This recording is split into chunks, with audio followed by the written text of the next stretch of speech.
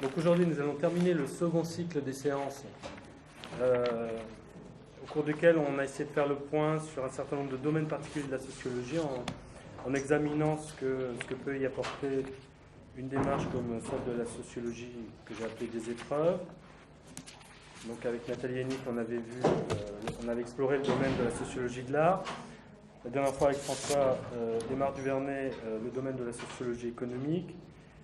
Juste un point sur cette dernière séance, vous verrez, je vais insérer dans le cahier de présence l'annonce d'une journée qui a lieu le 11 avril, les philosophes pragmatistes et les économistes. Quelle proximité. Donc voilà, cette annonce dans le prolongement de notre dernière séance. On va faire circuler ça tout de suite. Et aujourd'hui, donc, la question des rapports, disons, entre cette sociologie des épreuves, ou ces sociologies des épreuves, et le vaste domaine de la statistique, avec Alain Desrosières. Merci beaucoup d'être là, Alain Desrosières, comme on dit à la télé. Administrateur à l'INSEE, bon, je ne vais peut-être pas le présenter, vous le connaissez tous parfaitement. Chercheur associé au Centre Coiré, si je ne m'abuse. Membre du comité de rédaction de la revue Jeunesse, et surtout peut-être un des meilleurs spécialistes mondiaux de l'histoire et de la sociologie des statistiques. Avec lui, on va revenir sur un texte déjà ancien. Comment faire des choses qui tiennent, histoire sociale et statistique, paru en 1989. J'avais également conseillé évidemment la lecture à ceux qui ne l'ont pas encore lu du repère publié en 1988 avec Laurent Thévenot, les catégories socio-professionnelles, qui me paraît être quand même un minimum, le minimum, enfin disons que tout sociologue digne de ce nom doit avoir lu cet ouvrage, et ça fait partie vraiment d'un minimum de bagages sur ces questions. Évidemment aussi le livre majeur d'Alain, La politique des grands nombres, réédité en 2000 en format poche, avec augmenté d'une postface tout à fait intéressante. Et puis de nombreuses autres références qui figurent notamment sur la biographie que je vais vous distribuer tout de suite. Alors je vous rappelle aussi que le choix d'évoquer durant ces séances des textes, des travaux déjà anciens, puisqu'en l'occurrence donc ça fait 16 ans pratiquement, c'est un choix délibéré puisqu'on essaye de contribuer à une sorte d'histoire des sciences sociales en fait aussi, de revenir un petit peu sur les évolutions ces 20 dernières années des sciences sociales en France, et aussi de prendre ce programme de la sociologie des épreuves plutôt à son début, pour voir contre quoi il s'est mis en place, comment il s'est mis en place, comment ensuite il a évolué, et quelle direction il peut prendre aujourd'hui. Donc avant, comme à l'habitude, avant de céder la place à Alain, je vais dire quelques mots d'introduction. Donc, ici, on va parler de cet article paru en 89 dans Histoire et mesure, comment faire des choses qui tiennent. Et je vais, un petit peu comme je l'ai fait lors des dernières séances, je vais essayer de faire le lien avec les toutes premières séances du séminaire dans lesquelles j'avais présenté un certain nombre de ce qui me semblait être des postulats communs aux sociologies des épreuves. D'abord, encore une fois, on retrouve avec cet article une approche que j'avais qualifiée d'empirico-conceptuelle.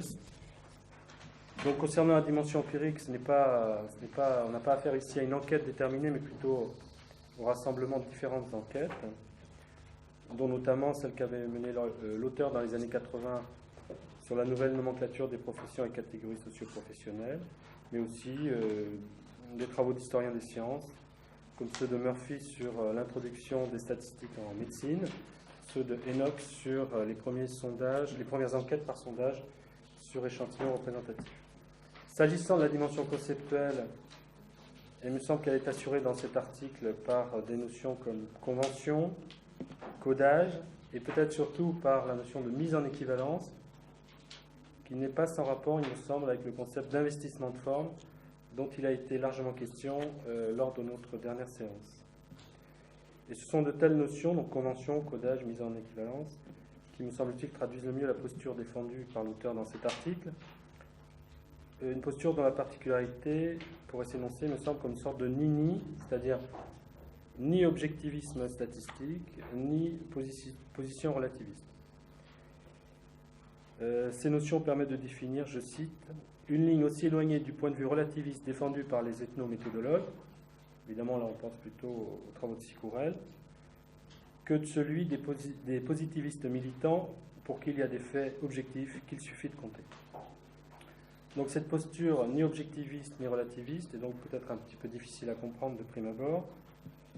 Elle s'éclaire si on considère en quoi l'article met en œuvre cet autre postulat des sociologies des épreuves que j'ai appelé anti-essentialisme. Alors, lorsque l'ouvrage La politique des grands nombres est paru, une critique de l'ouvrage, Libby-Schweber avait reproché à l'auteur de faire preuve d'essentialisme, d'avoir voulu identifier une essence permanente de la statistique à travers les âges.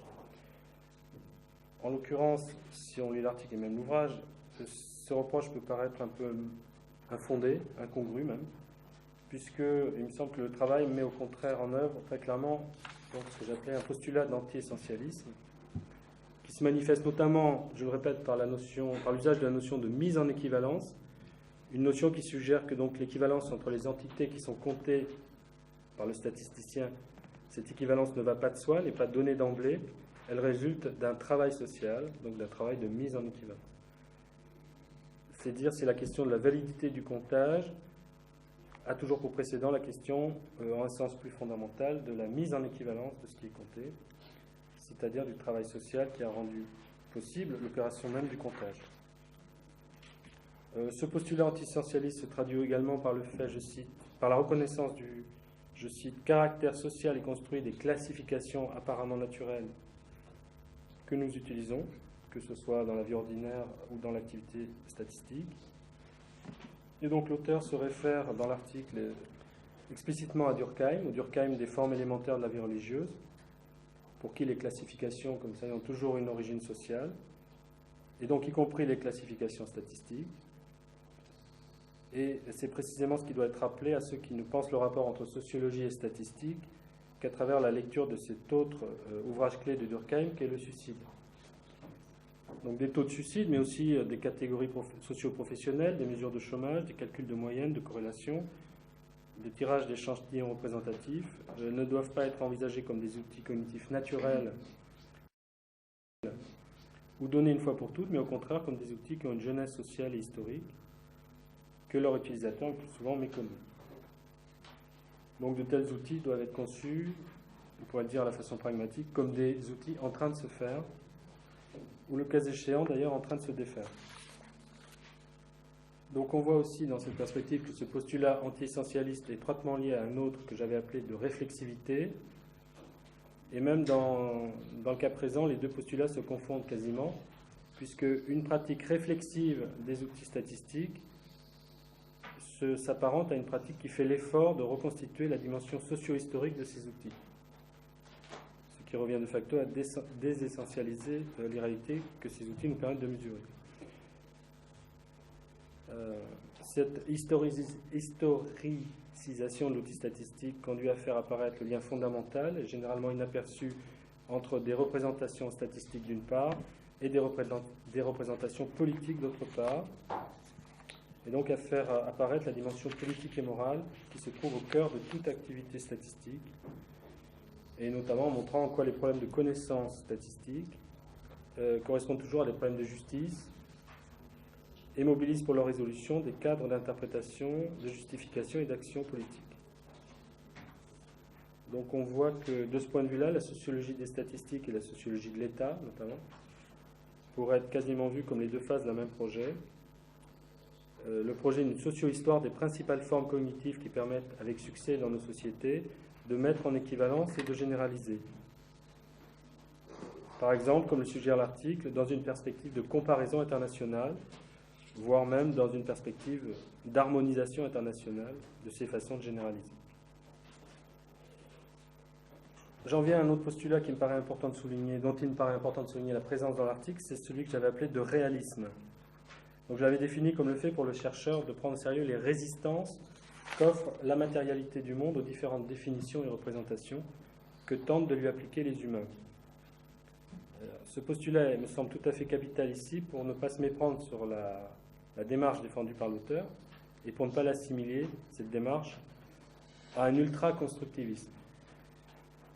puisque comme le signale le titre de l'article, il s'agit non pas de dénoncer la relativité socio-historique des catégories statistiques ou de montrer leur inconsistance, mais plutôt au contraire d'étudier dans quelle mesure les choses décrites par les statistiques sont solides et donc tiennent bien, c'est l'expression employée, c'est-à-dire sont dotées d'une certaine généralité dans l'espace et d'une certaine permanence dans le temps. Donc l'idée défendue par l'auteur est que certaines choses décrites par les statistiques tiennent mieux que d'autres. Celles qui tiennent bien ont pour particularité d'être liées, je cite, à des faits sociaux durs, comme des institutions, des lois, des coutumes, de sorte qu'il y aurait des choses dans le monde dont la matérialité résisterait mieux que d'autres à certaines épreuves statistiques. Cette notion d'épreuve statistique n'est pas utilisée dans l'article, mais il me semble qu'elle correspond assez bien à ce qui est décrit, notamment parce qu'elle intègre l'idée que ce qui est mis en équivalence et mesuré est capable de résister à cette mise en équivalence et à cette mesure qu'on lui fait subir. L'épreuve statistique n'est d'ailleurs pas qu'une épreuve de mise en équivalence et de comptage. Elle est aussi une épreuve évaluée politiquement. Je cite l'auteur, « Les agrégations sont justifiées si elles rendent possible des actions, si elles créent des choses qui peuvent agir et sur lesquelles il est possible d'agir. » Enfin, de ce postulat de réalisme, j'en viens à un dernier postulat, celui que j'avais appelé de pragmatisme, que j'avais présenté pour simplifier à travers la consigne « suivre les acteurs ». Dans la mesure en effet où la posture ici défendue se distingue d'une critique relativiste de la statistique, et ne vise donc pas à dénoncer l'inconsistance ou l'artificialisme des données chiffrées, elle conduit à prendre au sérieux les préoccupations des statisticiens eux-mêmes et à les suivre dans les problèmes pratiques, donc à la fois cognitifs et politiques, qu'ils rencontrent.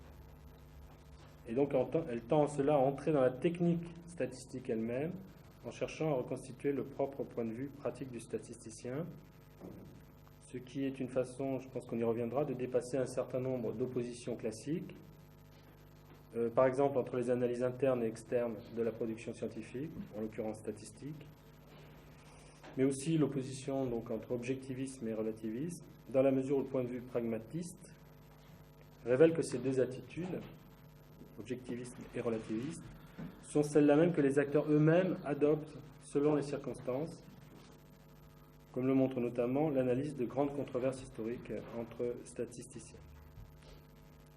Enfin, il me semble que cette démarche pragmatique, dans la mesure où elle ne sépare jamais la connaissance et l'action, conduit à reconnaître, disons, ce qu'on pourrait appeler les bonnes raisons qu'ont les différents acteurs de ces controverses de défendre leur point de vue. Par exemple, s'agissant de la controverse au milieu du XIXe siècle entre les médecins Louis, d'Amador et Claude Bernard, trois médecins, trois positions différentes, l'auteur conclut « On pourrait montrer que les trois protagonistes de ce débat avaient raison à leur manière, dans la mesure où leurs outils cognitifs étaient cohérents avec l'action qu'ils menaient. » Alors on touche évidemment à un des problèmes récurrents de la démarche pragmatique, qui est la façon dont on peut concevoir dans cette démarche l'articulation entre donc postulat de pragmatisme, qui consiste à suivre les acteurs et donc à retrouver dans leur pratique ce qui fonde leur point de vue et le valide, et d'autre part, un refus du relativisme, dont témoigne ce que j'ai appelé tout à l'heure le postulat de réalisme. Donc, comment concilier ces deux choses? Il me semble que précisément la notion d'épreuve peut être une façon de résoudre ce type de difficulté, mais ça peut-être on en discutera tout à l'heure. Je ne sais pas si c'est clair. On va revenir là-dessus.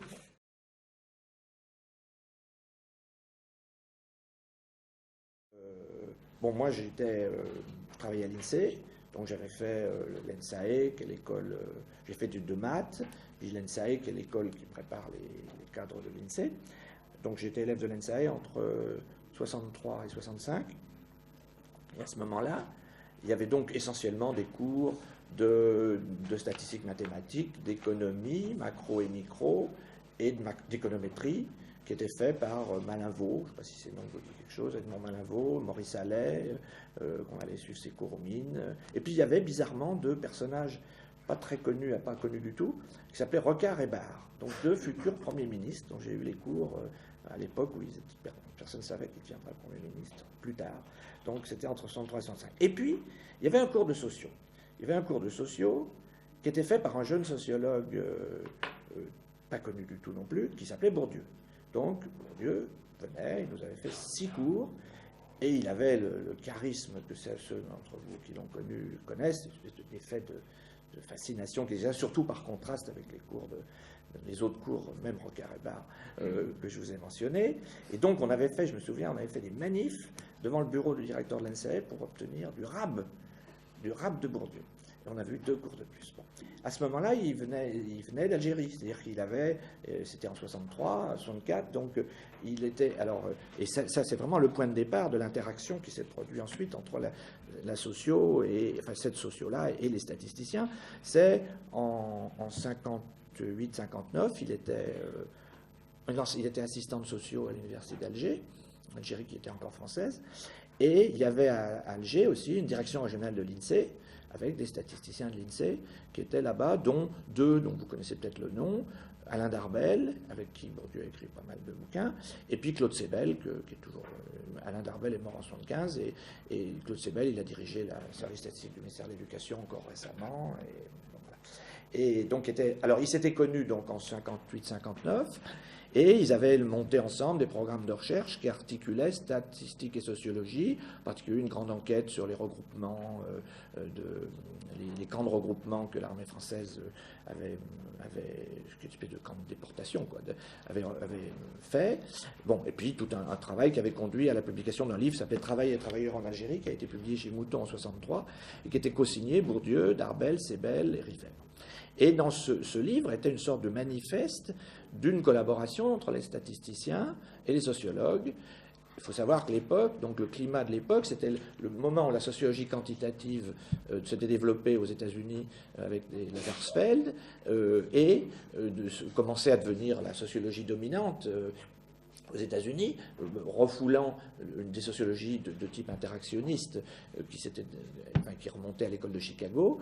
Et donc, Bourdieu avait explicitement comme objectif d'amener le pion aux sociologues quantitativistes en faisant mieux qu'eux sur leur terrain. D'où l'alliance avec les statisticiens qu'il formulait comme ça.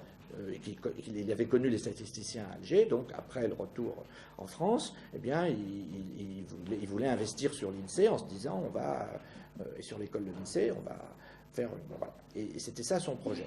Je voudrais dire qu'il s'est assez vite lassé, parce que je crois que le cours, il l'a fait à peine 2-3 ans, et qu'après, il a dû rapidement se rendre compte. Mais cela dit, il a quand même continué sous la forme de la collaboration avec des économistes et des statisticiens qui a conduit au livre qui s'appelle Le partage des bénéfices, qui est un livre sous le pseudonyme d'Arras, qui a dû sortir en 1966, qui était un ouvrage collectif, résultat d'un colloque qui s'était tenu à Arras, dans lequel il était le maître d'œuvre, lui, Bourdieu, et où avaient travaillé des économistes statisticiens. C'était un projet très œcuménique d'alliance entre les économistes, les macros, à l'époque, l'économie c'était macro-keynésienne, les planificateurs, Jean Gruson, et puis des sociologues, où il n'y avait pas que des gens de chez Bourdieu, d'ailleurs, il y avait aussi Lautmann, des gens comme ça. Donc c'était un livre ambitieux, qui correspondait tout à fait à l'époque de croissance, des Trente Glorieuses, etc., avant 68. C'est important. Bon. Voilà.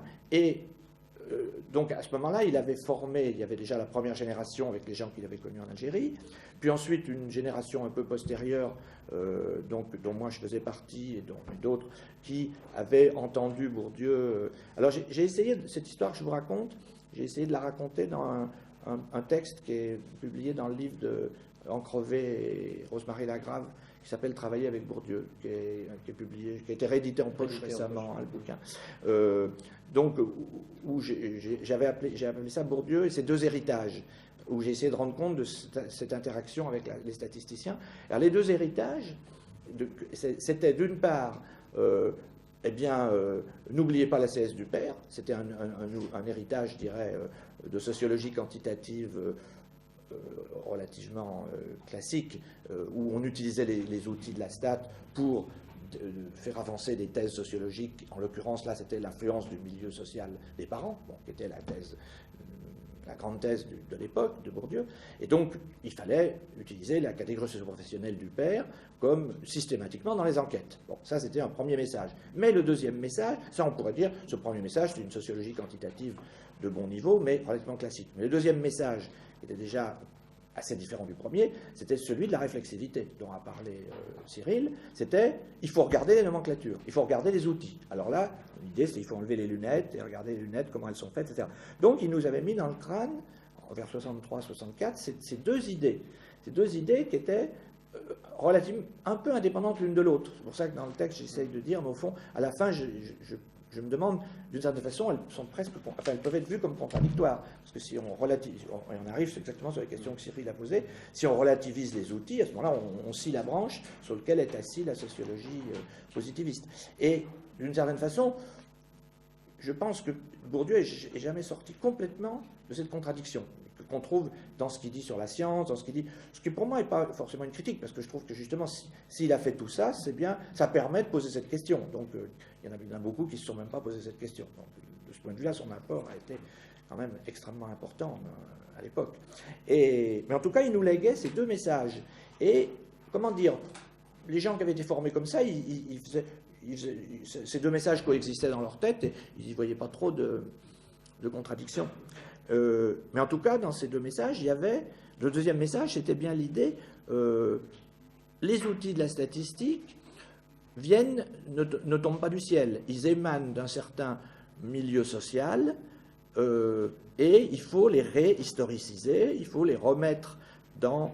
Donc, essayer de voir les liens entre telle taxinomie, telle façon de faire une convention d'équivalence. Ce n'était pas le vocabulaire qu'il employait, mais c'était l'idée. Telle façon de faire des catégories et tel type de situation historique. Donc, cette idée, il nous l'avait mis dans le crâne. Et du coup, un certain nombre de gens, dans les années 70, ont travaillé dans cette perspective. Mais vous voyez que c'était une perspective, et c'est pour ça que une perspective macro. C'est-à-dire que c'était... Et ça, c'est bien la macro-sociologie, c'est-à-dire c'est une perspective où la société, c'est une perspective durkheimienne, la société, les phénomènes macro sont différents des phénomènes micro, et il y a un spécifiquement macro, et eh bien là, on le voit notamment par le fait que les catégories... et ça, en fait, c'est exactement le message du grand texte de Durkheim et Mauss de 1903, dont j'ai oublié le titre, qui s'appelait Sur les classifications. Sur les formes de classification. Donc ça, c'était d'ailleurs ce texte-là, il nous le citait, on le lisait, c'était le texte que les classifications dans la société reflètent la société elle-même. Donc, d'une certaine façon, on trouvait dans ce texte de Mauss une inspiration pour essayer de... Bon, à ceci près qu'il y avait dans le texte de Durkheim et Mauss, c'était co-signé Durkheim et Mauss, il y avait une note en bas de page dans laquelle il excluait les classifications scientifiques. C'était très étrange, ça. Il disait ça, les classifications des villages brésiliens, etc. Mais non, la science, c'est d'une autre nature. Et donc, il mettait de côté, comme s'il voulait maintenir la science, le purement scientifique, chose qu'on retrouvera ensuite plus tard. Bon. Alors, mais vous voyez que ça, c'est des explications, on pourrait dire, macro-structurelles. On n'est pas du tout dans une sociologie de l'épreuve, là, puisque l'Indien qui vit dans son village, là, on n'analyse pas la façon dont lui se situe. Bon.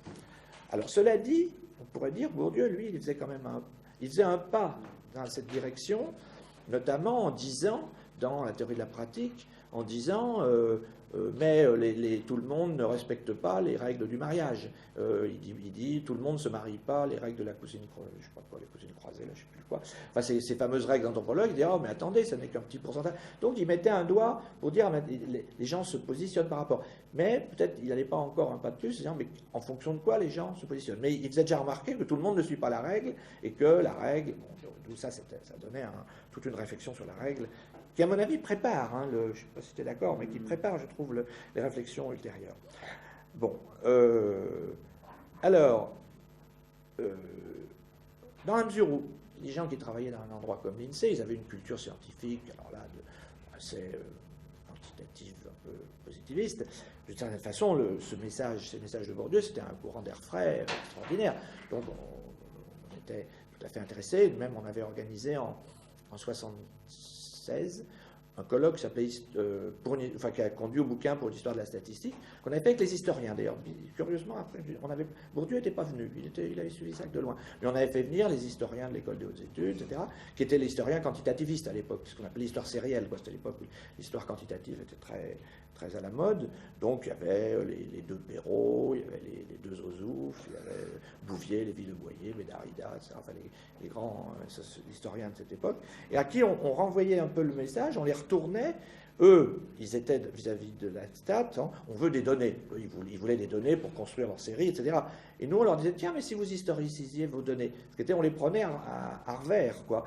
Et parce que c'est pas j'ai relu depuis les discours des historiens quantitativistes, eux, c'était, il nous faut des données, on cherche les données, l'archive, tout ça. Bon.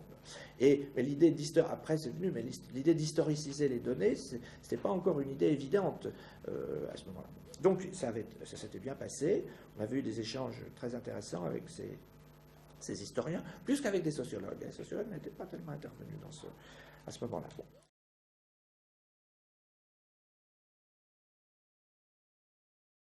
Et, bon, moi, pour ce qui me concernait, je m'étais intéressé aux nomenclatures sociales, donc aux catégories sociales, et à l'occasion de ce colloque, j'avais fait un travail sur, je m'étais dit, et là j'appliquais vraiment le message de Bourdieu, qui consistait à aller chercher les nomenclatures socio-professionnelles utilisées dans les recensements français depuis qu'il y avait des questions sur la profession, c'est-à-dire en gros ça remontait au milieu du 19e, et puis essayer de voir comment ces classifications avaient évolué depuis 1850 jusqu'aux années 1970. Donc en prenant les volumes des recensements et en suivant. Et c'est là, par exemple, je m'étais rendu compte, je ne me doutais pas à ce moment-là, c'est qu'à un moment, on voit apparaître la catégorie cadre. Elle apparaît qu'en 1946. Bon, avant, il n'y a pas de cadre. Voilà. Et puis à ce moment-là, j'ai croisé Luc Boltanski qui lui travaillait sur les cadres. Et donc à ce moment-là, on avait travaillé ensemble, donc c'est fin des années 70. Et bon, lui, il avait alors montré très très bien historiquement dans le bouquin, dans sa thèse, qui est devenue le bouquin sur les cadres, comment justement, dans quelles circonstances historiques la notion de cadre avait émergé à la fin des années 30, pourquoi, etc. Donc là, on avait vraiment un coup de zoom sur l'émergence d'une catégorie qui n'existait pas auparavant, et qui non seulement n'existe pas, mais qui n'existe pas dans les autres pays. C'est-à-dire qu'il n'y a pas l'équivalent. Bon, donc là, ça faisait un travail de relativisation d'une catégorie, enfin de réinsertion dans un contexte historique. Alors, maintenant, on en arrive. Donc, j'avais fait ce travail, qui était encore assez macro, si vous voulez, macro-historique. C'est-à-dire que, bon, je suivais les nomenclatures, mais j'avais quand même fait je ne me rappelle plus comment l'idée m'était venue.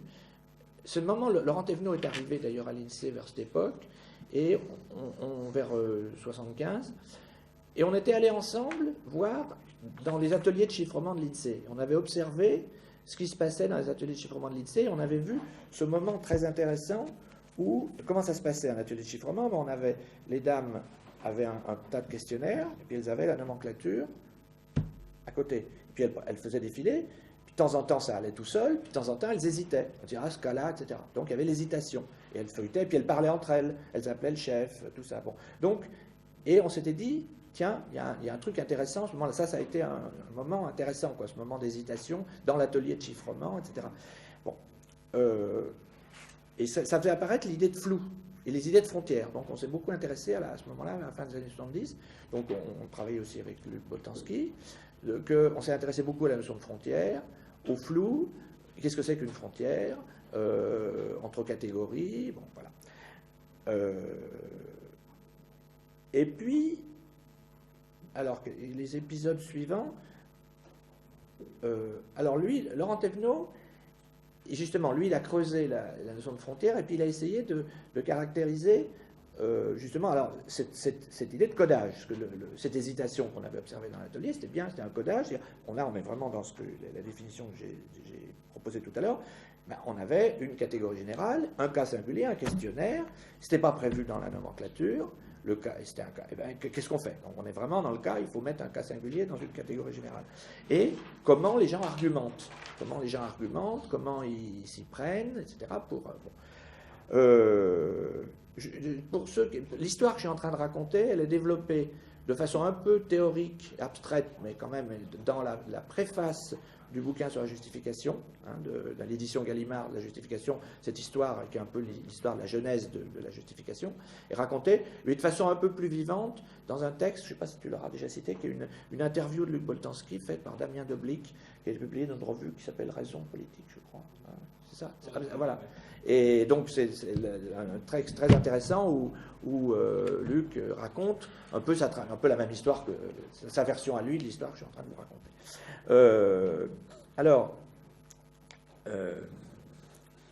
Donc, il y avait Laurent, lui, s'est intéressé à cette notion de frontière et assez vite, il a vu une distinction entre les cas où les frontières étaient assez floues parce qu'elles étaient coutumières, elles renvoyaient à des catégories coutumières du type des métiers, d'une part, et d'autre part, des catégories beaucoup plus durcies par le droit et qui aboutissaient à des frontières beaucoup plus rigides, parce que les catégories étaient définies de façon juridique. Bon. Donc, cette opposition, qui après renverra à des catégories du genre domestique, industriel, civique, etc., mais c'était un peu la genèse de ces oppositions, on a vu assez vite que dans le document même de la nomenclature, on avait ce type de... Il y avait certaines catégories qui étaient définies par un exemple et des cas assimilés, et puis d'autres avec des critères. Donc l'opposition, en gros, les deux notions de typicité et de critérialité, qui ensuite sera développée, on la voyait apparaître dans ces circonstances-là. Et les catégories typiques, c'est celles où on a un cas typique et des cas qui ressemblent, et puis les catégories critérielles, c'est un critère abstrait qui englobe... Bon. Alors, en même temps, parallèlement, il y avait Luc Boltanski, il avait fait son travail sur la dénonciation, qui est paru dans Actes en 82, 3, 4, enfin le travail il a dû faire en 82, qui était, vous connaissez, les articles du Monde, etc. Et du coup, il s'était posé la question, là, là encore, on avait bien des épreuves. Il s'agissait de juger, est-ce que la lettre, est-ce que le type est fou ou pas fou, il fallait qualifier, quoi. Donc là, vous vous rappelez, ça aussi, donc, ça a été vraiment à la genèse du truc. Donc, après... Luc et Laurent, ils ont travaillé ensemble, ils ont un peu rapproché. Alors, maintenant, dans la trajectoire de Laurent, il y a eu l'article que vous connaissez sûrement, parce que celui-là, il est souvent cité, qui s'appelle Les investissements de forme, dans lequel Cyril a fait allusion, qui a dû paraître en 86. Mais il y en avait eu un autre avant, qui est beaucoup moins connu, et que je vous signale, mais lui, il est difficile à trouver, qui s'appelait L'économie du codage social, et qui a été publié dans une revue ex-trotskiste qui s'appelait Critique de l'économie politique, qui était une revue d'économistes d'origine trotskiste, qui a dû paraître jusqu'à la fin des années 80. Et donc, il y a un numéro de 83 de cette revue. Alors, je vais apporter là, parce que ça sera vraiment... Et cet article montre bien, où Laurent raconte, lui, là, il fait beaucoup plus la jonction avec le travail sur les CS. Donc, ça s'appelle L'économie du codage social, critique de l'économie politique, numéro 23-24, avril-septembre 83. Et là, il reprend vraiment toute cette histoire très précise de ce travail sur les CS. Et on voit bien à la fin, d'ailleurs, il emploie l'expression immobilisation de forme.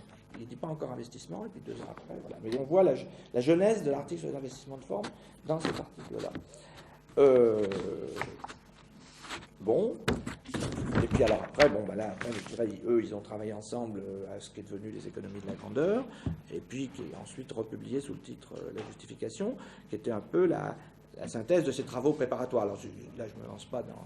Ça relève de leur histoire à eux, mais ce qui est intéressant de savoir, c'est que vraiment, il y avait eu une réflexion sur la statistique et la catégorisation très présente à l'origine de ce travail, dont je pense que les gens qui ont été ensuite formés, que ce soit en sociaux ici ou à Nanterre, dans le cadre des DEA d'économie de François Aymard, dont François Aymard vous a parlé la dernière fois, je pense que ce passé très lié à la statistique de ce courant est un peu oublié parce que Laurent, il a complètement quitté cet univers-là. Bon, Luc, ce n'était pas son univers à lui du tout, et même François Aymard, qui lui aussi vient de l'INSEE, il a développé des travaux un peu dans une autre direction. Donc je ne suis pas sûr que les étudiants qui maintenant entendent parler de l'économie de la grandeur, de la justification, ou de toutes ces sociologies dites pragmatiques ou des épreuves, savent qu'à l'origine, il y a eu vraiment quelque chose qui s'est passé à l'INSEE, en gros dans les années 80. D'ailleurs, vous pouvez voir que dans les auteurs numéro de mars 89 de la revue économique consacrée à l'économie des conventions.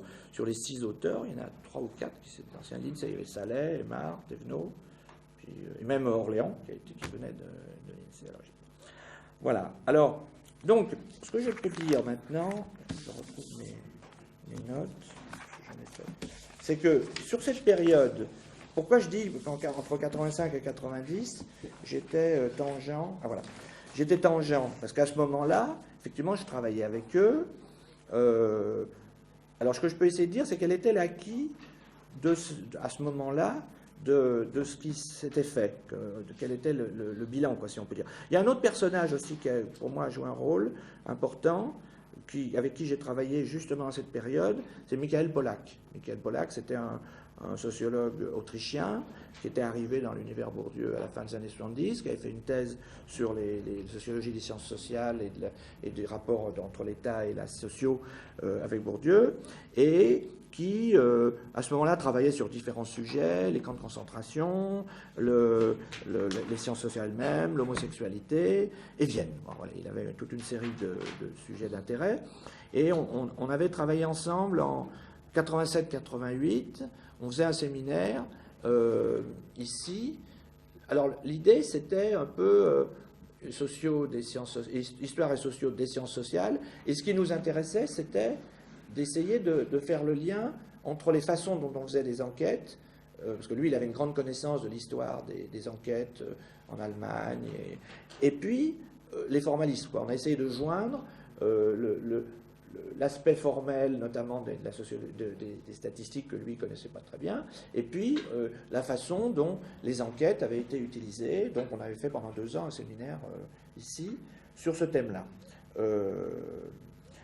Où j'avais écrit un texte avec lui qu'on avait présenté à Berlin en 87, il doit être dans le dossier, qui n'a jamais été publié, dans lequel on essayait de plaider. Alors ça, c'est intéressant parce que c'est quelque chose que j'ai retrouvé beaucoup plus tard. C'est qu'il a toujours existé dans le milieu de la sociologie politique et dans le milieu des sciences politiques des gens qui s'intéressent à l'expertise, qui s'intéressent au rôle des sciences sociales dans la décision, dans le gouvernement. Bon, ça, il y a très longtemps qu'il y a des gens qui parlent de ça.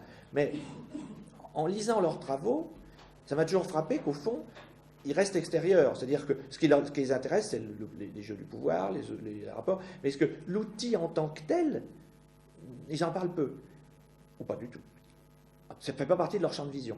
Et il se trouve que Michael m'avait, en janvier 87, il m'avait amené à Berlin à un colloque, parce que lui, organisé par des gens que vous connaissez sûrement très bien. Il y avait notamment Peter Wagner, et puis un autre, un certain Peter Wagner, vous l'avez connu, il venait souvent ici. Je crois d'ailleurs qu'il est candidat à l'école. Je ne me trompe pas. Il a été. Il est élu?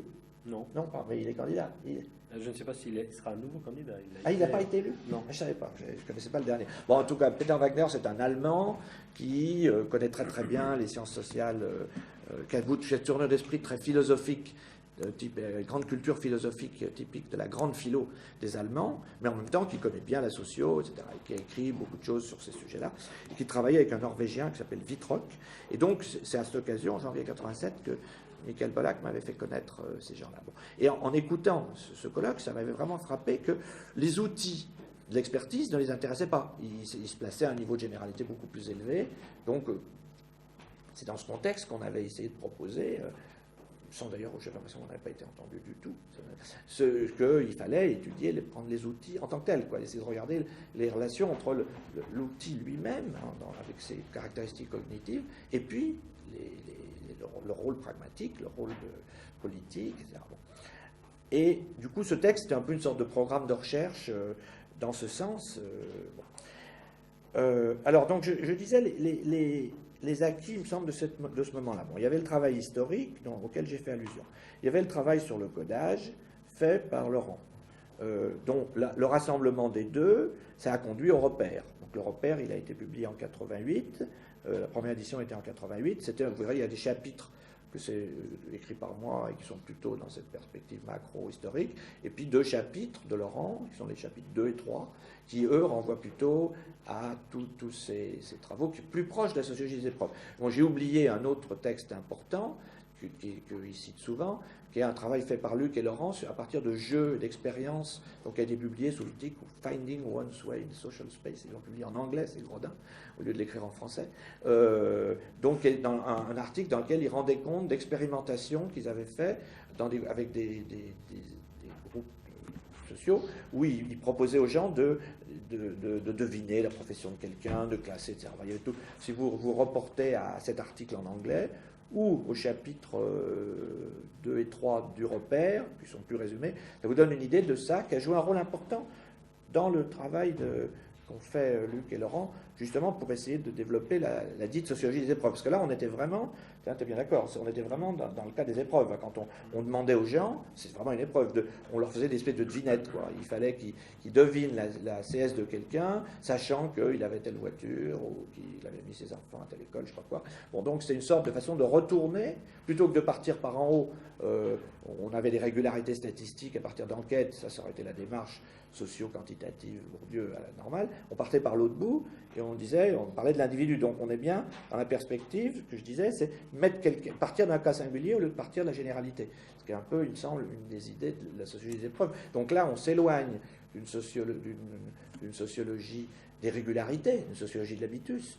où on a des régularités constatées a posteriori, mais on s'oriente vers, d'accord, ces généralités existent, mais maintenant, comment les individus agissent. Donc, c'est pour ça que l'expression sociologie pragmatique est tout à fait intéressante. Et comment ils agissent. Ce qui est une façon beaucoup plus empirique de rentrer dans la question un peu bateau qu'on opposait à Bourdieu depuis des décennies, ou à sociaux, disant, et la liberté de l'individu, qu'est-ce que vous faites, mes bons amis? Alors, s'il y a des régularités, ça remonte au 19e siècle, s'il y a des régularités comme ça, mais alors l'individu n'est pas libre. Depuis qu'Hitler, on opposait ça, quoi. Les gens, alors, où allons-nous s'il n'y a plus de liberté de l'individu? Bon.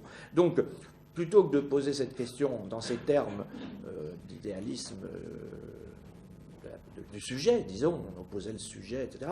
Cette façon, moi c'est comme ça que je l'ai ressenti, quoi, une façon de rendre empirique cette question, non pas en affirmant l'irremplaçable liberté du sujet, mais en allant voir concrètement comment les sujets se dépatouillent quand ils sont confrontés à des choix, et comment ils raisonnent, etc. Bon, donc c'était, il me semble, une façon de sortir de ça. Et effectivement, ces sociologies, moi c'est comme ça que j'ai vécu, en tout cas ces sociologies post-Bourdieu, c'est un peu ça qu'elles avaient en commun, quoi. C'était ce qui avait été assez bien vu, je ne sais pas si vous l'avez lu, dans le bouquin de Doss, hein, qui est sur les sociologies, l'Empire du sens, je sais pas, un bouquin de vulgarisation, hein, le bouquin de Doss, un bouquin mais pas assez malin, enfin il avait vu, je trouve, ces choses-là. Alors, bon, il y avait ça. Il y avait aussi, alors, comment dire, si on se met toujours dans cette période 85-90, une tentative pour essayer d'avancer dans cette notion de juste. Bon, donc, il y avait cette notion de juste en faisant cette remarque que juste renvoie à deux choses, justice et justesse. Donc, justice, ça renvoie à une catégorie plutôt morale, politique et morale, tandis que justesse renvoie plus à des catégories techniques, exactitude, ça renvoie plutôt à la science. Bon, et rapprocher juste, une chose peut être juste du point de vue de la justice ou de la justesse, c'était une piste intéressante qui a conduit à un bouquin qui s'appelait Justice et justesse dans le travail, publié par le CE. C'était l'époque où François-Aimar Duvernay dirigeait le CE, ce qui a facilité beaucoup la publication d'un certain nombre d'ouvrages, à commencer par les économies de la grandeur, et qui a valu beaucoup de malheur au malheureux François-Aimar, qui s'est fait taper dessus par les autorités de tutelle pour avoir publié ce genre d'ouvrage dans un organisme qui est un peu, d'une certaine façon, un lieu de recherche, mais quand même lié à l'administration, qui était le Centre d'études de l'emploi. Alors, dans cette perspective-là, moi j'avais fait un petit travail, très lié d'ailleurs au séminaire que je faisais avec Michael Pollack, qui était d'essayer de voir la différence qu'il y avait entre monographie et statistique. Donc, puisque c'était à cette époque-là, comme d'ailleurs toujours, on oppose les enquêtes dites qualitatives, monographiques, etc., aux enquêtes statistiques. Et ça a été la courte période où où j'essayais de me référer aux catégories des économies de la grandeur. Donc là, j'ai essayé de rattacher les monographies plutôt à la cité domestique et la statistique à un mélange de cité civique et industrielle, en particulier donc avec des capacités de généralisation différentes, parce qu'on trouvait ça, on avait dans l'histoire de la statistique des éléments qui renvoyaient tout à fait à ça, notamment au XIXe siècle, où il y avait tout un courant d'enquête monographique qui avait été développé par Leplay et des élèves de Leplay, et puis qu'ensuite s'était développée la méthode des sondages, et que au début, dans ce tout début, la méthode des sondages se présentait comme une sorte d'hybride de la monographie et du recensement exhaustif, puisque la tension, c'était entre tout savoir sur une personne ou savoir un petit peu sur tout le monde. Bon, voilà. Donc tout savoir sur une personne, on va en profondeur, c'est la monographie, c'est Sartre sur Flaubert, ou à l'autre bout, c'est le recensement exhaustif. Bon, ben, on pose quelques questions. Et le sondage se présentait comme une sorte d'intermédiaire entre les deux, permis par le calcul des probabilités. Alors ça, on reviendra après, c'est un autre thème, calcul des probabilités. Et donc, voilà, c'était une façon d'utiliser ces catégories-là.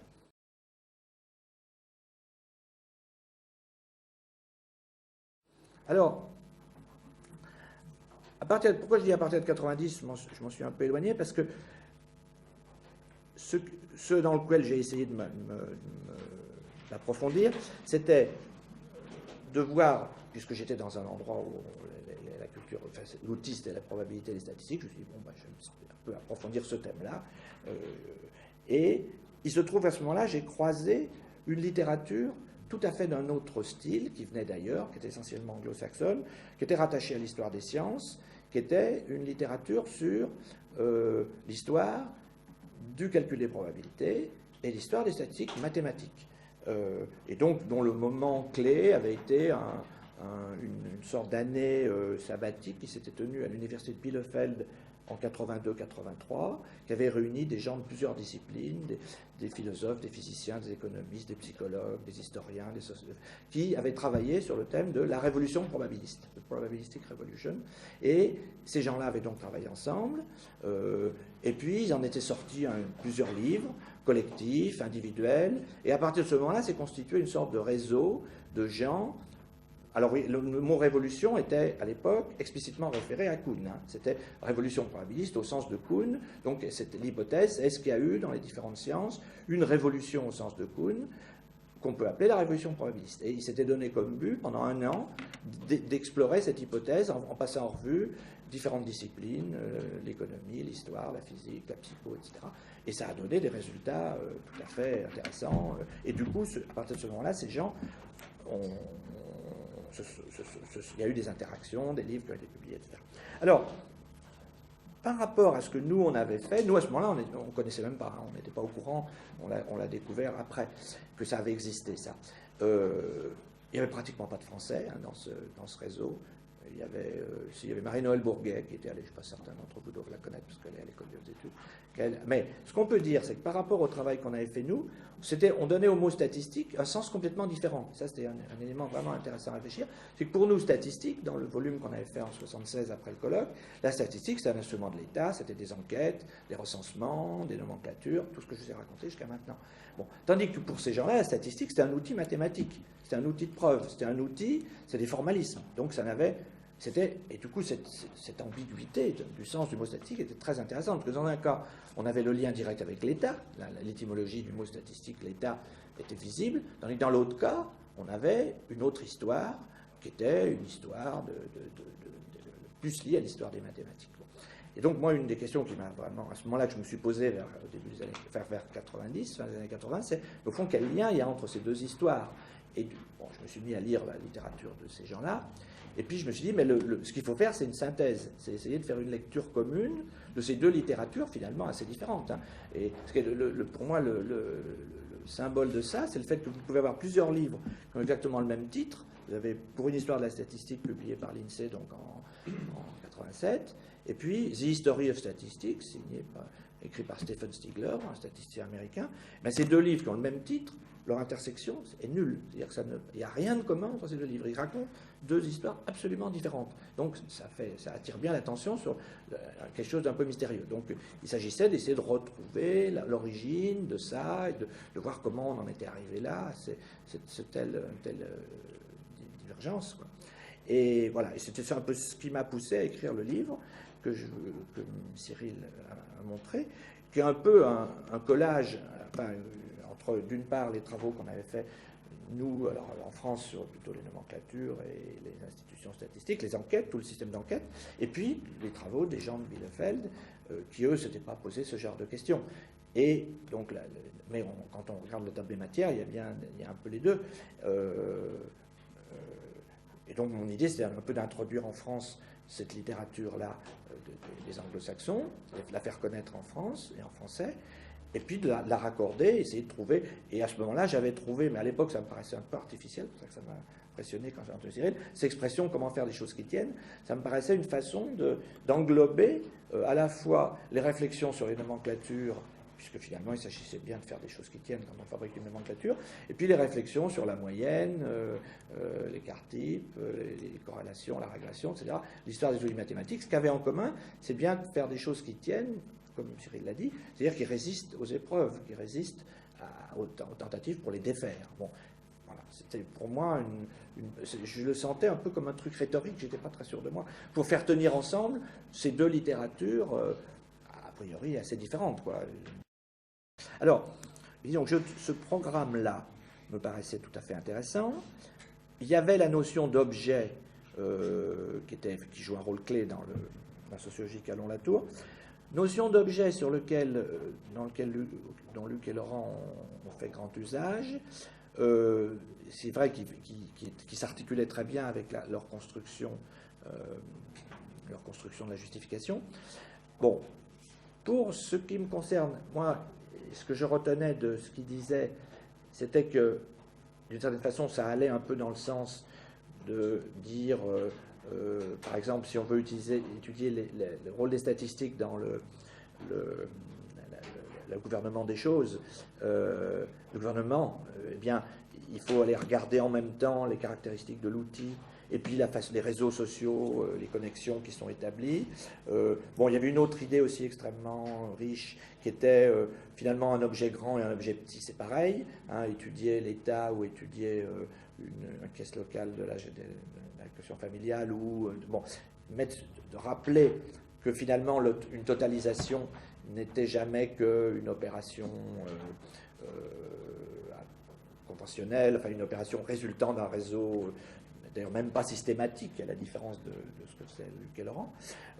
C'était une idée très intéressante parce qu'elle permettait de mettre une totalisation statistique sur le même plan que de tout ramener, de pas considérer qu'il y a des objets plus grands que d'autres. Bon, en gros, c'était un des messages. Ce qui était, dans le cas de la statistique, tout à fait intéressant comme démarche.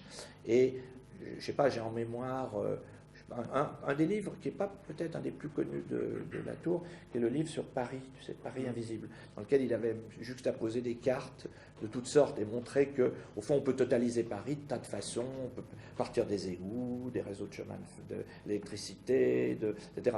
Bon, qui était très stimulant parce que ça donnait bien l'idée qu'il y avait plusieurs façons de totaliser, quoi, qu'il n'y avait pas une totalisation, mais des tas de totalisations, et qui était là encore une idée très intéressante d'un point de vue pour regarder la statistique.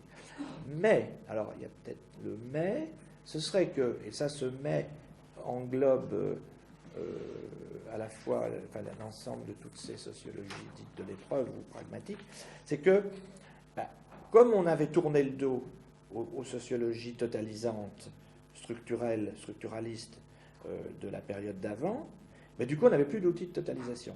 On n'avait plus d'outils de totalisation et comme on mettait sur le même plan le grand et le petit, ce qui est très stimulant intellectuellement, du coup, on ne se permettait plus de faire de discours du grand. Quand je dis le grand, c'est la société en général. Alors il y a un domaine où ceci est particulièrement impressionnant et spectaculaire, c'est que vous savez que, bon, en sociaux, donc on peut assez facilement distinguer les sociaux macro, mettons brosliasiennes, puis des sociaux disons, post-bourdieusienne, qu'on appelle pragmatique ou de l'épreuve, qui, effectivement, considère les petits ou le grand un peu sur le même niveau. Bon. Et que, du coup, va étudier surtout du petit, des coquilles Saint-Jacques, pour prendre un exemple absolument au hasard.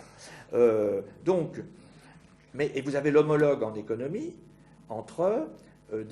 chez les économistes, alors vous avez les orthodoxes. Alors la différence avec l'économie, c'est qu'en économie, vous avez un pôle orthodoxe absolument dominant, qui écrase tout, et du coup, vous avez des hétérodoxies. Tandis qu'en sociaux, il n'y a même pas ça. Il n'y a pas un pôle orthodoxe, en tout cas.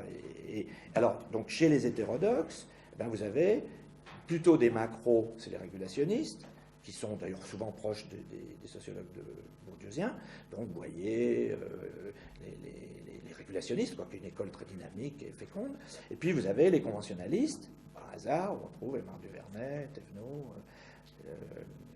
Favreau, qui se sont définis par opposition régulationniste. Et il y a une certaine homologie entre l'opposition entre conventionnalistes et régulationnistes et l'opposition entre sociologie pragmatique et macro-sociologie.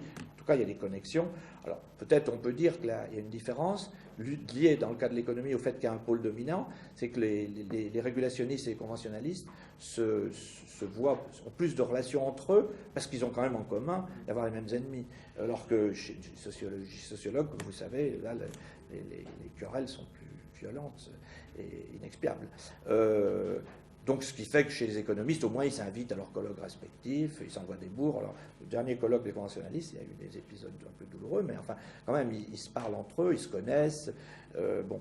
Et alors, ce que je voulais dire par rapport à ça, c'est que les régulationnistes, comme ils ont la possibilité de tenir un discours sur la société dans son ensemble.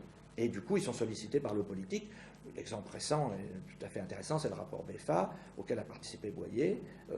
Donc, il y aura beaucoup à dire sur ce rapport des femmes, tandis que les conventionnalistes ne sont pas sollicités, parce qu'ils n'ont pas beaucoup de choses à dire, ou en tout cas, s'ils interviennent, c'est de façon plus...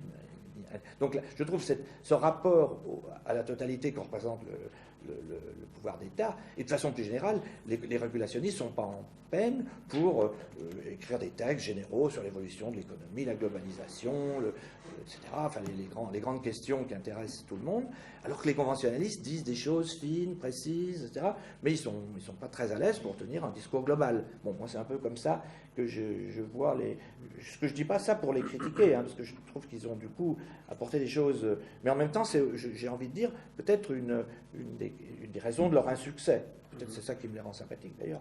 Mais leur insuccès, du coup, médiatiquement, le moins qu'on peut dire, c'est qu'ils sont, enfin, je ne sais pas si tu es d'accord avec moi, ils sont moins présents médiatiquement que ceux qui se tiennent un discours société dans son ensemble, parce que là, il y a un public tout de suite.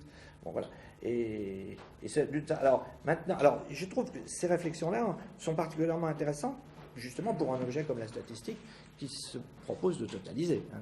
La demande sociale adressée aux statisticiens, c'est de faire de la totalisation. Donc, là, il faudra qu'on revienne, mais par rapport à ça.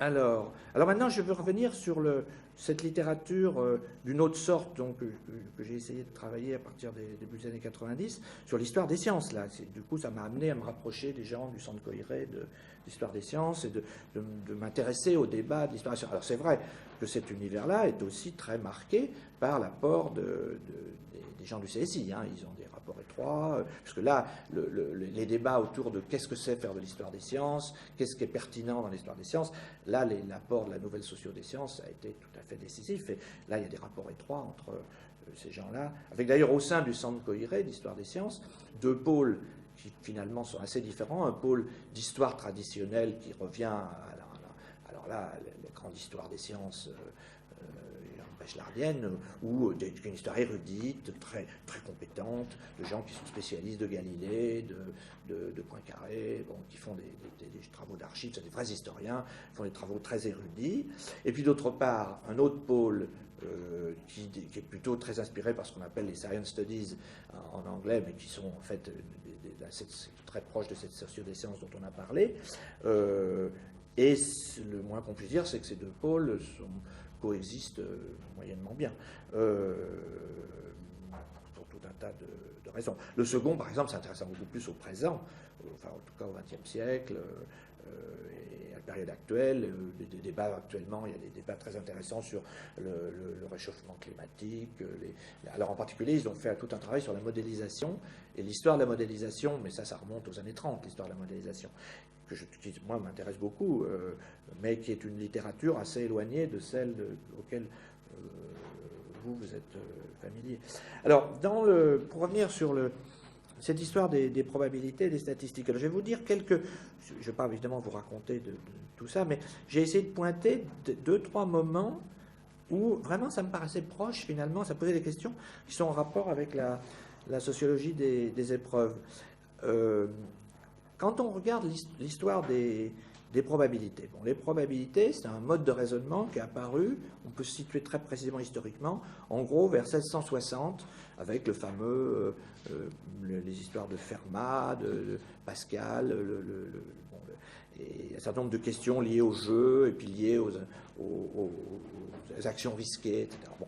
Alors, il se trouve qu'il y a eu un article absolument fondamental qui à l'époque est passé complètement inaperçu, qui a été publié en français en 69 par quelqu'un qui s'appelait Ernest Coumet, C-O-U-M-E-T, article qui a été publié dans les Annales que vous connaissez bien, sous le titre La théorie du hasard est-elle née par hasard?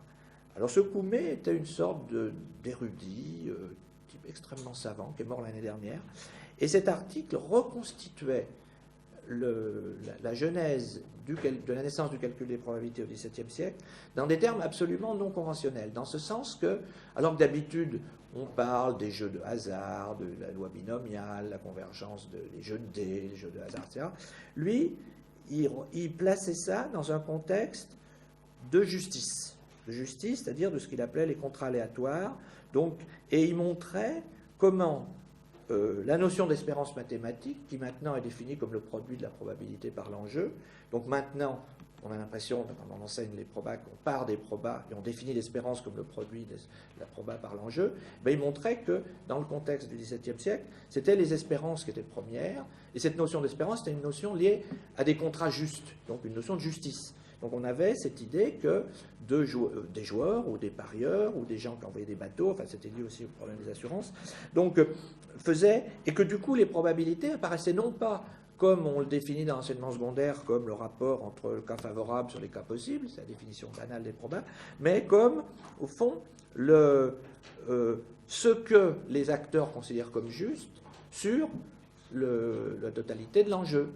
Donc ça retourne, c'est-à-dire qu'on définit proba comme espérance sur, c'est la probabilité qui est conséquence. Bon, c'est peut-être un peu rapide ce que je vous dis là, ça mériterait d'être creusé, mais en tout cas, si vous avez envie d'en savoir plus, je vous renvoie à cet article de Coumet, qui était d'une extrême originalité, et qui était tellement original que personne ne l'a vu. Personne ne l'a vu. Je pense que c'était Guilbault qui était ici, qui l'avait suscité, mais les historiens d'ici, de l'époque, qui étaient dans leur histoire quantitative, évidemment, ce que Coumet disait, c'était à des années-lumière de leur préoccupation. Et donc, je pense qu'il est tombé dans un trou, cet article. Il n'a pas été vu. Au point que, d'ailleurs, puis ensuite, il avait un autre défaut, c'est qu'il est publié en français, et que du coup, quand les gens de Bielefeld, en 82-83, donc 13 ans plus tard, eh ben, j'ai regardé de près leur bouquin, ils ne le mentionnent pas, alors que cet article était au cœur des problèmes qui se posaient, donc je pense qu'ils n'en ont pas eu connaissance. Lorraine Daston, qui était une des membres du groupe, l'a ensuite cité plus tard dans d'autres articles, mais à ce moment-là, l'article de Coumet était passé inaperçu, ce qui est très intéressant à creuser, essayer de comprendre pourquoi il était passé. Il y avait la modestie du personnage, qui ne se faisait pas mousser du tout, qui n'avait pas mis en valeur son truc, enfin il y a vraiment un truc à creuser. Mais en tout cas, pourquoi j'attire l'attention dessus, c'est qu'il y a une façon de poser la question de la justice extrêmement intéressante dans les catégories de la sociologie des épreuves.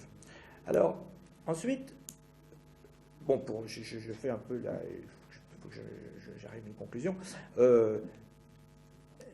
J'ai été amené à me poser des questions. Donc, j'ai fait le livre en 93, un peu dans l'esprit que je vous ai dit.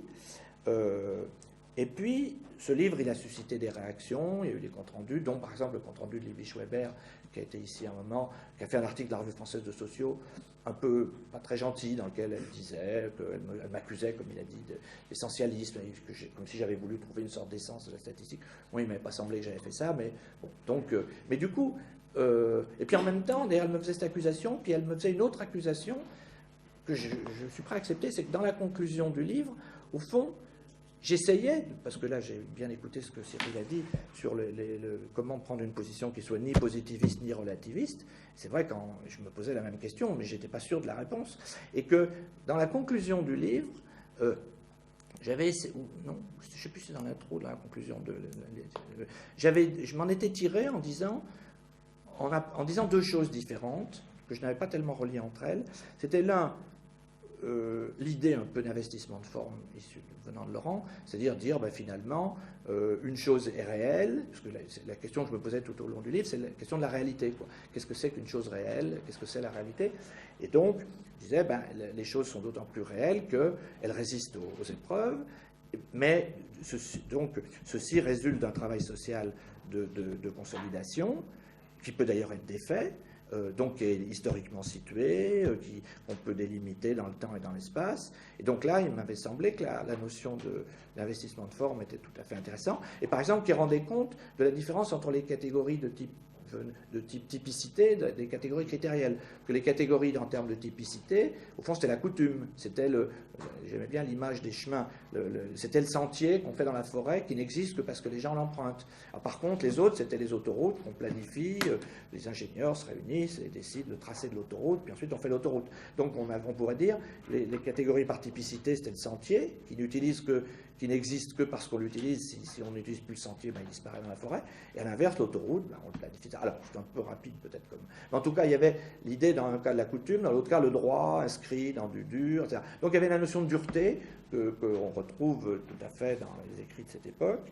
Donc ça, c'était une façon un peu d'esquiver la question, etc. Puis l'autre réponse, c'était une réponse venant très boltanskienne, qui consistait à dire « Oh, mais moi je vais sociologiser le problème, je ne choisis pas, on me demande de choisir, non, non, non ».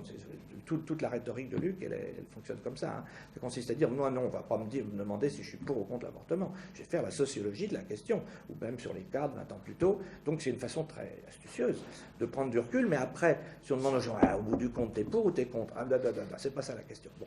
Et vaste débat. Alors, donc là, j'avais été un peu tiré. Je considère que c'est une solution à la fois astucieuse, mais une façon un peu de se tirer des flûtes. Quoi. Et donc là, j'avais proposé cette solution en disant mais non, le relativisme et réalisme, eh bien, moi, je vais faire ce que je propose, c'est de faire la socio de ça. Dans quel cas les acteurs sont relativistes? Je pense que c'est une question très intéressante. Dans quel cas on a. Alors ça, je l'ai appliqué aux statisticiens professionnels, mes collègues. J'ai essayé de voir. Je pense que chacun, c'est ce que j'ai mis dans la conclusion de l'article, pour l'article que j'ai fait à la demande de Cyril il y a quelques temps, qui devrait sortir dans la revue Enquête, je m'étais dit, au fond, le problème du statisticien qui se demande s'il est relativiste ou réaliste, c'est le problème. J'avais comparé à la façon dont Jeanne Favret rend compte dans la fin du Les mots, la mort, l'essor, quand en citant Manoni, elle dit est-ce que les gens croient ou non au sort? Et alors elle dit la phrase fameuse, je sais bien, mais quand même, je sais bien qu'il n'y a pas de sort, mais quand même, il y a des trucs bizarres avec la vache du voisin, etc. Bon, alors, je croyais que c'était de Jeanne Favret, puis après, c'est toi qui m'as dit que c'était de Manoni, la phrase, je sais bien, mais quand même. Cette phrase. Alors moi, je disais, pour le statisticien, je sais bien que mes catégories... Non, je sais bien que les catégories sont construites, mais quand même, il y a des régularités, etc. Donc là, il y avait une sorte de tension, où on pourrait rapporter aussi à ce que fait Elisabeth Clavry, quand elle interroge les pèlerins dans le train là, pour Mezzogorje. Je sais bien qu'il n'y a pas de... La Sainte Vierge n'est pas apparue, mais quand même, je l'ai vue. Quoi. Bon. Et donc, elle s'était donnée, Elisabeth, comme question, d'essayer de voir comment les gens font tenir dans leur tête, en même temps qu'ils ne sont pas complètement idiots, etc. Mais quand même, je sais bien, mais quand même. Bon. Et je trouvais que ça s'appliquait assez bien, et que le problème de la coexistence dans la tête d'un acteur, au fond, c'était ça la vraie réponse. C'est-à-dire que je me disais, mais au fond, les gens ce qu'il faut faire, c'est étudier dans quel cas on est relativiste, dans quel cas on est réaliste, pourquoi, et c'est lié à des contraintes de situation, c'est lié à des contraintes argumentatives, c'est lié à la demande sociale, c'est lié, etc. Donc c'est ça qu'il faut étudier. Donc c'est pas une question ontologique, c'est une question situationnelle, c'est une question de relationnel. Et ce qui n'empêche pas que les gens sont de bonne... C'est ça qu'il faut voir, c'est que les gens sont de bonne foi toujours, quoi. Les gens ça c'est aussi quelque chose qui me paraît important dans cette sociologie, c'est qu'il ne s'agit pas de dire les gens mentent ou les gens sont dans l'illusion. Oui, ils sont dans l'illusion de certaine façon, mais en tout cas, ce n'est pas de la tromperie, quoi. Ils sont cohérents avec eux-mêmes quand ils disent une chose ou une autre. Et c'est ça qui est un objet, il me semble, un objet empirique intéressant. Alors, bon, maintenant, pour en revenir ce qui m'avait frappé, c'est que donc j'ai eu des... Alors oui, maintenant, ce que Libby Schweber faisait, c'est qu'elle me reprochait cette deuxième posture. Elle me disait, elle me reprochait d'esquiver la question, quoi. Mais alors, au bout du compte, tu vois, elle voyait bien la stratégie rhétorique, que c'était une façon de ne pas répondre à la question essentielle. Alors, au bout du compte, mon ami, es-tu réaliste ou relativiste? Alors, ensuite, bon, maintenant, de façon plus générale, si j'essayais de récapituler un peu les réactions que le livre avait suscitées, et ça je l'ai fait dans la postface de la réédition de poche, j'ai essayé de réfléchir à cette question, je me suis rendu compte qu'il y avait deux réactions absolument différentes. Ça je le voyais tout de suite quand j'étais invité, je voyais que selon les types de questions qu'on me posait, il y avait des gens qui utilisent des statistiques dans leurs travaux, et ceux-là, donc des quantitativistes, sociologues, historiens, etc., ceux-là cherchaient plus ou moins dans mon livre et dans ce que je racontais une façon de faire mieux la statistique, quoi, de nuancer, etc. Mais c'était des gens qui considéraient la statistique comme un outil de preuve. Donc moi j'étais censé plus ou moins apporter des éléments de réflexion, disons de type méthodologique. Hein. À ce moment-là, la statistique était vue comme un outil de preuve. Et puis il y avait une autre catégorie de public qui n'avait aucun rapport avec la première catégorie, dont j'ai un soupçon que le public d'ici appartient plutôt à la deuxième catégorie, mais il faudrait vérifier, qui sont des gens qui n'utilisent pas beaucoup de statistiques dans leur pratique professionnelle, mais qui, par contre, sont intéressés par l'État, la gouvernementalité, des choses comme ça. Et du coup, ils voient dans la statistique un outil de gouvernement. Et donc là, la référence à Foucault, chez les gens de cette deuxième courant, qu'on trouve beaucoup aux États-Unis, au Canada, la référence à Foucault, la gouvernementalité, absolument automatique. Pratiquement tous les articles commencent par « on the governmentality ». Là, on peut être sûr que ceux-là, ils n'utilisent pas de statistiques dans leur recherche courante. Et donc ça, c'est la deuxième catégorie, mais tout à fait intéressante aussi. Et ce que je trouvais tout à fait frappant, on retrouvait d'ailleurs le double sens du mot statistique dont j'avais parlé au début, ceux qui voyaient dans la statistique un outil de preuve, et ceux qui voyaient un outil de gouvernement. Et ça, on le retrouve... Alors, du coup... D'ailleurs, ça m'a fait penser en réfléchir à ça, c'est qu'outil de preuve, il y a la notion d'épreuve. Donc là, on voit que du côté outil de preuve, on a l'épreuve. Preuve, épreuve, il faudrait creuser effectivement, là, on est dans le raisonnement de type popérien, par exemple, on falsifie, donc on est vraiment dans le contexte scientifique. Et en revanche, dans l'outil de gouvernement, là, on va voir se développer, dans la période récente, des nouvelles formes de politique, qui attache beaucoup d'importance aux indicateurs statistiques et aux évaluations de performance. Donc c'est la LOLF, pour ceux qui connaissent, loi d'organique, c'est un nouveau système pour gérer le budget de l'État, dans lequel chaque administration est censée produire un indicateur quantitatif permettant au Parlement de voter le budget en évaluant si les performances affirmées a priori ont été réalisées. Donc là, on a toute une nouvelle forme d'épreuve qui est en train de voir le jour. Et puis de même, au niveau des politiques européennes, on voit ceci se développer à grande vitesse, mais ça demanderait, je ne vais pas le faire maintenant, sous le nom de méthode ouverte de coordination. C'est des façons de faire des politiques sociales qui ne relèvent pas des gouvernements, des traités, donc dans le domaine de l'emploi, par exemple, où on s'appuie sur des indicateurs statistiques et on met en concurrence, en gros, les acteurs. D'où, par exemple, l'outil typique de ça, c'est les palmarès. Palmarès des lycées, des hôpitaux, tout ça, c'est des épreuves quantitatives, donc qui relèvent des études de gouvernement. Donc là, c'est tout un champ de recherche sur la montée en puissance des outils d'évaluation quantitatifs, etc.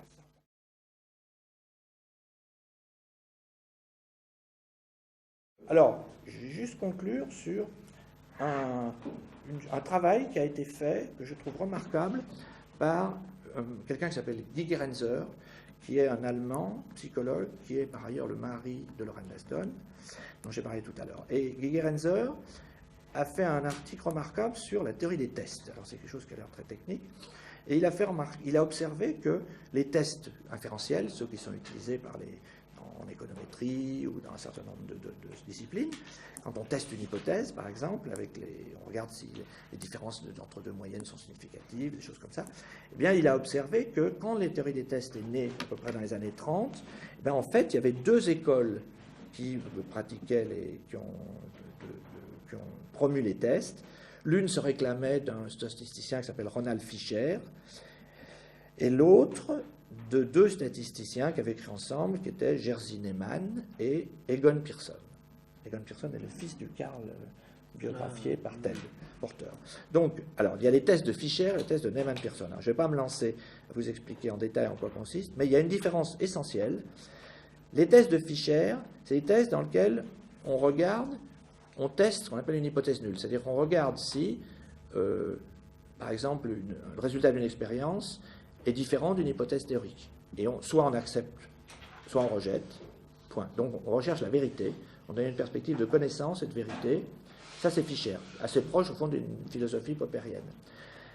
Par contre, Neyman-Pearson, eux, ils imaginent un formalisme très différent dans lequel ils se posent la question je vérifie quelque chose, donc je fais une épreuve, et on est en plein dans l'épreuve. Par exemple, je suis un industriel qui fait des médicaments, et donc je produis des pilules. Eh bien, je fais des tests pour vérifier si les pilules sont conformes à un certain nombre de contraintes de qualité. Et soit j'accepte, donc il y a toute une procédure, soit on accepte, donc ça c'est vraiment une épreuve, soit on rejette. Mais il y a des risques, c'est-à-dire que les deux risques, c'est j'accepte un lot alors qu'en fait il est mauvais, on appelle ça un risque de première espèce, ou je rejette un lot alors qu'en fait il est bon. Parce que, comme c'est appuyé sur des méthodes probabilistes, on peut se tromper. Ce n'est pas complètement déterministe. Et du coup, la problématique qu'introduisent Neyman et Pearson, c'est de donner un coût aux deux cas. C'est-à-dire de dire, ben, si je rejette le lot et qu'il est bon, ben, en fait, je vais perdre de l'argent. Bon. Et puis, en revanche, si j'accepte le lot et qu'il est mauvais, ben, il y a des gens qui risquent de s'empoisonner, je vais avoir des procès sur les bras, etc. Donc, il appelle ça risque de première espèce, deuxième espèce. Alors, on voit bien comment ce deuxième façon d'envisager les tests est complètement lié à la décision et à l'action. C'est-à-dire que le premier, la perspective de Fisher, est liée à la science, à la connaissance. Donc on est là dans un univers de pure connaissance qui se développe. On fait avec l'idéal poppérien, on fait des hypothèses, on voit si on les falsifie, ça marche pas. Et la connaissance, dans un univers de connaissance pure, progresse, un univers de la vérité. En revanche, les tests de Neyman et Pearson, eux, ils sont dans un univers pragmatique, où il y a une décision à prendre, on évalue les risques. Bon, on n'est pas dans l'univers de la vérité, on est l'univers de l'action. Donc là, on a une opposition entre un univers de la vérité et un univers de l'action. Et il se trouve qu'ils ne se sont jamais réconciliés. C'est-à-dire, jusqu'à leur mort respective, ils se sont envoyés des obus sur la figure, ces braves gens. C'est-à-dire, Fischer disant, qu'est-ce que c'est que ces trucs d'épicier, moi, je ne suis intéressé que par la vérité. Et les autres disant, mais nous, nos tests, ils servent dans la vie, ils servent dans la décision, etc. Donc, et puis, alors la suite de l'histoire, c'est qu'ensuite, dans les manuels, on a fait une espèce d'hybride. C'est-à-dire ce qu'apprennent maintenant les étudiants, c'est une sorte de mixture des deux, où les étudiants croient que c'est à la fois de la vérité, de l'action, etc. Mais tout ça est mélangé, donc le travail fait par Gerenzer est extrêmement intéressant, parce que, au fond, on a deux formes d'épreuves. On a une forme d'épreuve tendue vers des énoncés dans l'univers de la vérité et de la science, et dans l'autre, liée à l'action. Et je trouve que cette façon de lire l'histoire des tests est extrêmement intéressante dans la perspective de sociologie des épreuves. Voilà. Merci beaucoup.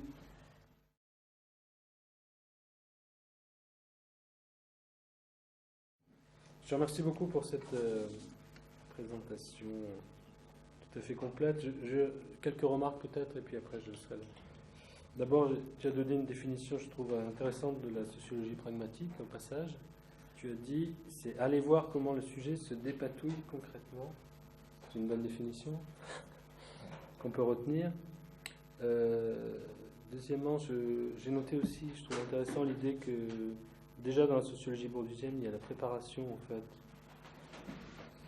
des développements ultérieurs, et notamment, je pense, autour de la notion tout l'aspect praxéologique qu'on trouve chez Bourdieu, évidemment, il prépare ça, et notamment peut-être autour de la notion de stratégie. Je pense que finalement la notion de stratégie est peut-être dans l'arsenal conceptuel de Bourdieu ce qui se rapprocherait le plus de la notion de pratique. La notion de pratique. Oui, pratique.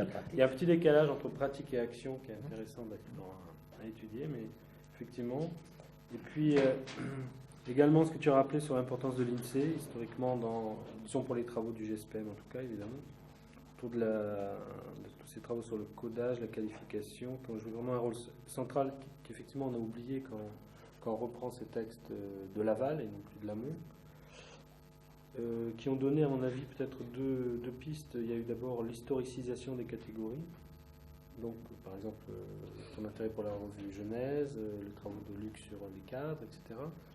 Et puis, l'autre voie, c'est peut-être effectivement une voie plus praxéologique autour de ce qui se passe dans l'atelier de chiffrement, et donc sur une description des pratiques, des raisonnements en situation et des pratiques. Alors, effectivement, une question qui reste en suspens, c'est comment on va articuler peut-être ces deux niveaux. Et au-delà de cette question-là, évidemment, moi, il me semble que la question que j'avais envie de poser quand on a fini de t'écouter, c'est peut-être une question qu'on se pose tous, c'est comment on peut faire, est-ce qu'on peut faire encore un usage des statistiques après avoir adopté des postures aussi réflexives sur les statistiques? Parce que quand on regarde ces sociologies de l'épreuve, comme tu le dis, elles s'interdisent les totalisations. Mais c'est d'une certaine manière en désaccord avec ce qu'elles disent, puisqu'elles disent qu'il y a des statistiques qui sont bonnes, qui permettent que les choses tiennent bien. Donc, une des vraies questions, c'est pourquoi on n'utilise pas davantage les statistiques dans ces sociologies-là aujourd'hui? Est-ce que c'est possible? Et est-ce que le projet d'une réflexivité sur ces statistiques est compatible avec un usage? Enfin, je pense que c'est peut-être une question que les gens se posent ici, que moi je me pose en tout cas. Je ne sais pas quel type de réponse tu auras à ça. Est-ce que ça paralyse, autrement dit, d'avoir une attitude réflexive sur les outils statistiques? Ça ne devrait pas, mais concrètement, on a l'impression que ça le fait quand même. Moi, c'est marrant, je me pose une question du même genre, mais sauf que au lieu de me demander est-ce que ça paralyse dans la science, ici, moi je me demande est-ce que ça paralyse dans la société, ce qui me paraît une question plus importante, dans la société en général. Et du coup, dans la société en général, la question c'est la société fait un large usage des statistiques, notamment maintenant dans ces nouvelles formes de gouvernance, comme on dit maintenant, où la statistique joue un rôle relativement nouveau par rapport à ce qu'était il y a 20 ans. C'est pas la même, il faudrait prendre du temps pour expliquer en quoi c'est nouveau. Mais la question, c'est de quel ordre est cette quantification dans la société.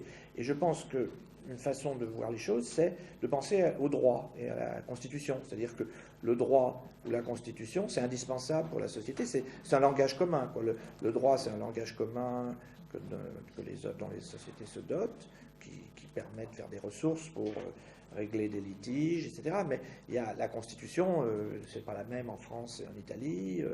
Et donc, je pense qu'on peut regarder, mettons, la comptabilité nationale comme quelque chose qui est de l'ordre de la Constitution. C'est-à-dire, c'est important parce que ça sert à prendre des décisions au niveau des politiques européennes, etc. Donc, parce qu'une question qu'on peut voir, c'est si on se met, est-ce que c'est dangereux, enfin, est-ce que socialement, de même que si on déglingue le droit ou la loi, on a une société d'anarchie, est-ce que la statistique ne joue pas pour faire tenir la société, finalement, quelque chose d'analogue. C'est-à-dire, dans la société de maintenant, ce n'était pas le cas sous Louis XIV, mais l'indice des prix joue un rôle de cohésion sociale, quoi, ou de conflit.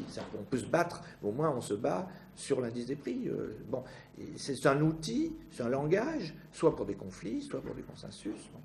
Alors, ça, c'est dans la société. Maintenant, tu vois, là, j'ai déplacé ta question, parce que politiquement, c'est souvent la question qui est posée. C'est alors, vous n'y croyez pas, etc. Et alors, l'indice des prix ne vaut rien. Voilà, ce genre de questions. Il y a eu, je pense que peu d'entre vous l'ont écouté, mais il y a le samedi matin, il y a une émission qui s'appelle Rue des entrepreneurs sur France Inter. Et il se trouve que samedi dernier, non, c'était le samedi d'avant, il y a 8 jours, il y avait une émission qui s'appelait Statistiques et manipulation. Là, les questions, je peux dire que c'était pas dans la science. C'était alors, est-ce qu'on nous trompe, il y a que des magouilles, etc. Et alors moi, j'étais invité, et mon problème, c'est une situation délicate. Alors j'avais réfléchi que mon problème, dans ce cas-là, plus j'avais 3 minutes pour m'exprimer, c'était d'éviter 3 écueils qui étaient réciter le catéchisme de l'INSEE, parce que quand même j'avais demandé à ne pas être présenté comme INSEE, ce qu'ils ont fait, mais quand même il y avait des gens qui savaient. Et donc, premier écueil, ne pas réciter le catéchisme de l'INSEE. Ça, il y avait d'autres pour le faire. Deuxième écueil, faire un discours purement dénonciatoire, ce qui était difficile aussi pour d'autres raisons. Et puis il y avait le troisième écueil, c'était de faire de la théorie, faire du Thévenot en gros. Donc j'avais le choix entre faire du Glaude c'est un grand chef de l'INSEE, faire du Concialdi, certains de ceux qui sont militants parmi vous doivent savoir, faire un discours 840, etc., très critique, et puis faire du Thévenot, c'est faire une théorie que personne ne comprend. Donc voilà, alors il fallait que je fasse aucun des trois. Il fallait que je fasse aucun des trois, et j'ai une solution. L'histoire. Non, je raconte une histoire. Je raconte une histoire et les gens, du coup, ils écoutent. Alors, j'ai fait l'histoire de l'indice des prix, ça m'a en 3 minutes, j'ai bouclé l'histoire de l'indice des prix. Bon. Alors, pourquoi je dis ça? C'est que là, je me dire que la question que les journalistes posaient, c'était pas la vérité scientifique. C'était, mais alors, l'indice des prix, est-ce que ça. Non, alors maintenant, pour en revenir, je veux pas éluder ta question, mais je veux dire que l'autre, toi, alors, dans ta question, là, c'est des problèmes. Là, j'en suis au même point que vous, quoi, sur la deuxième question. C'est-à-dire, l'idée, il faudrait vraiment remonter en amont.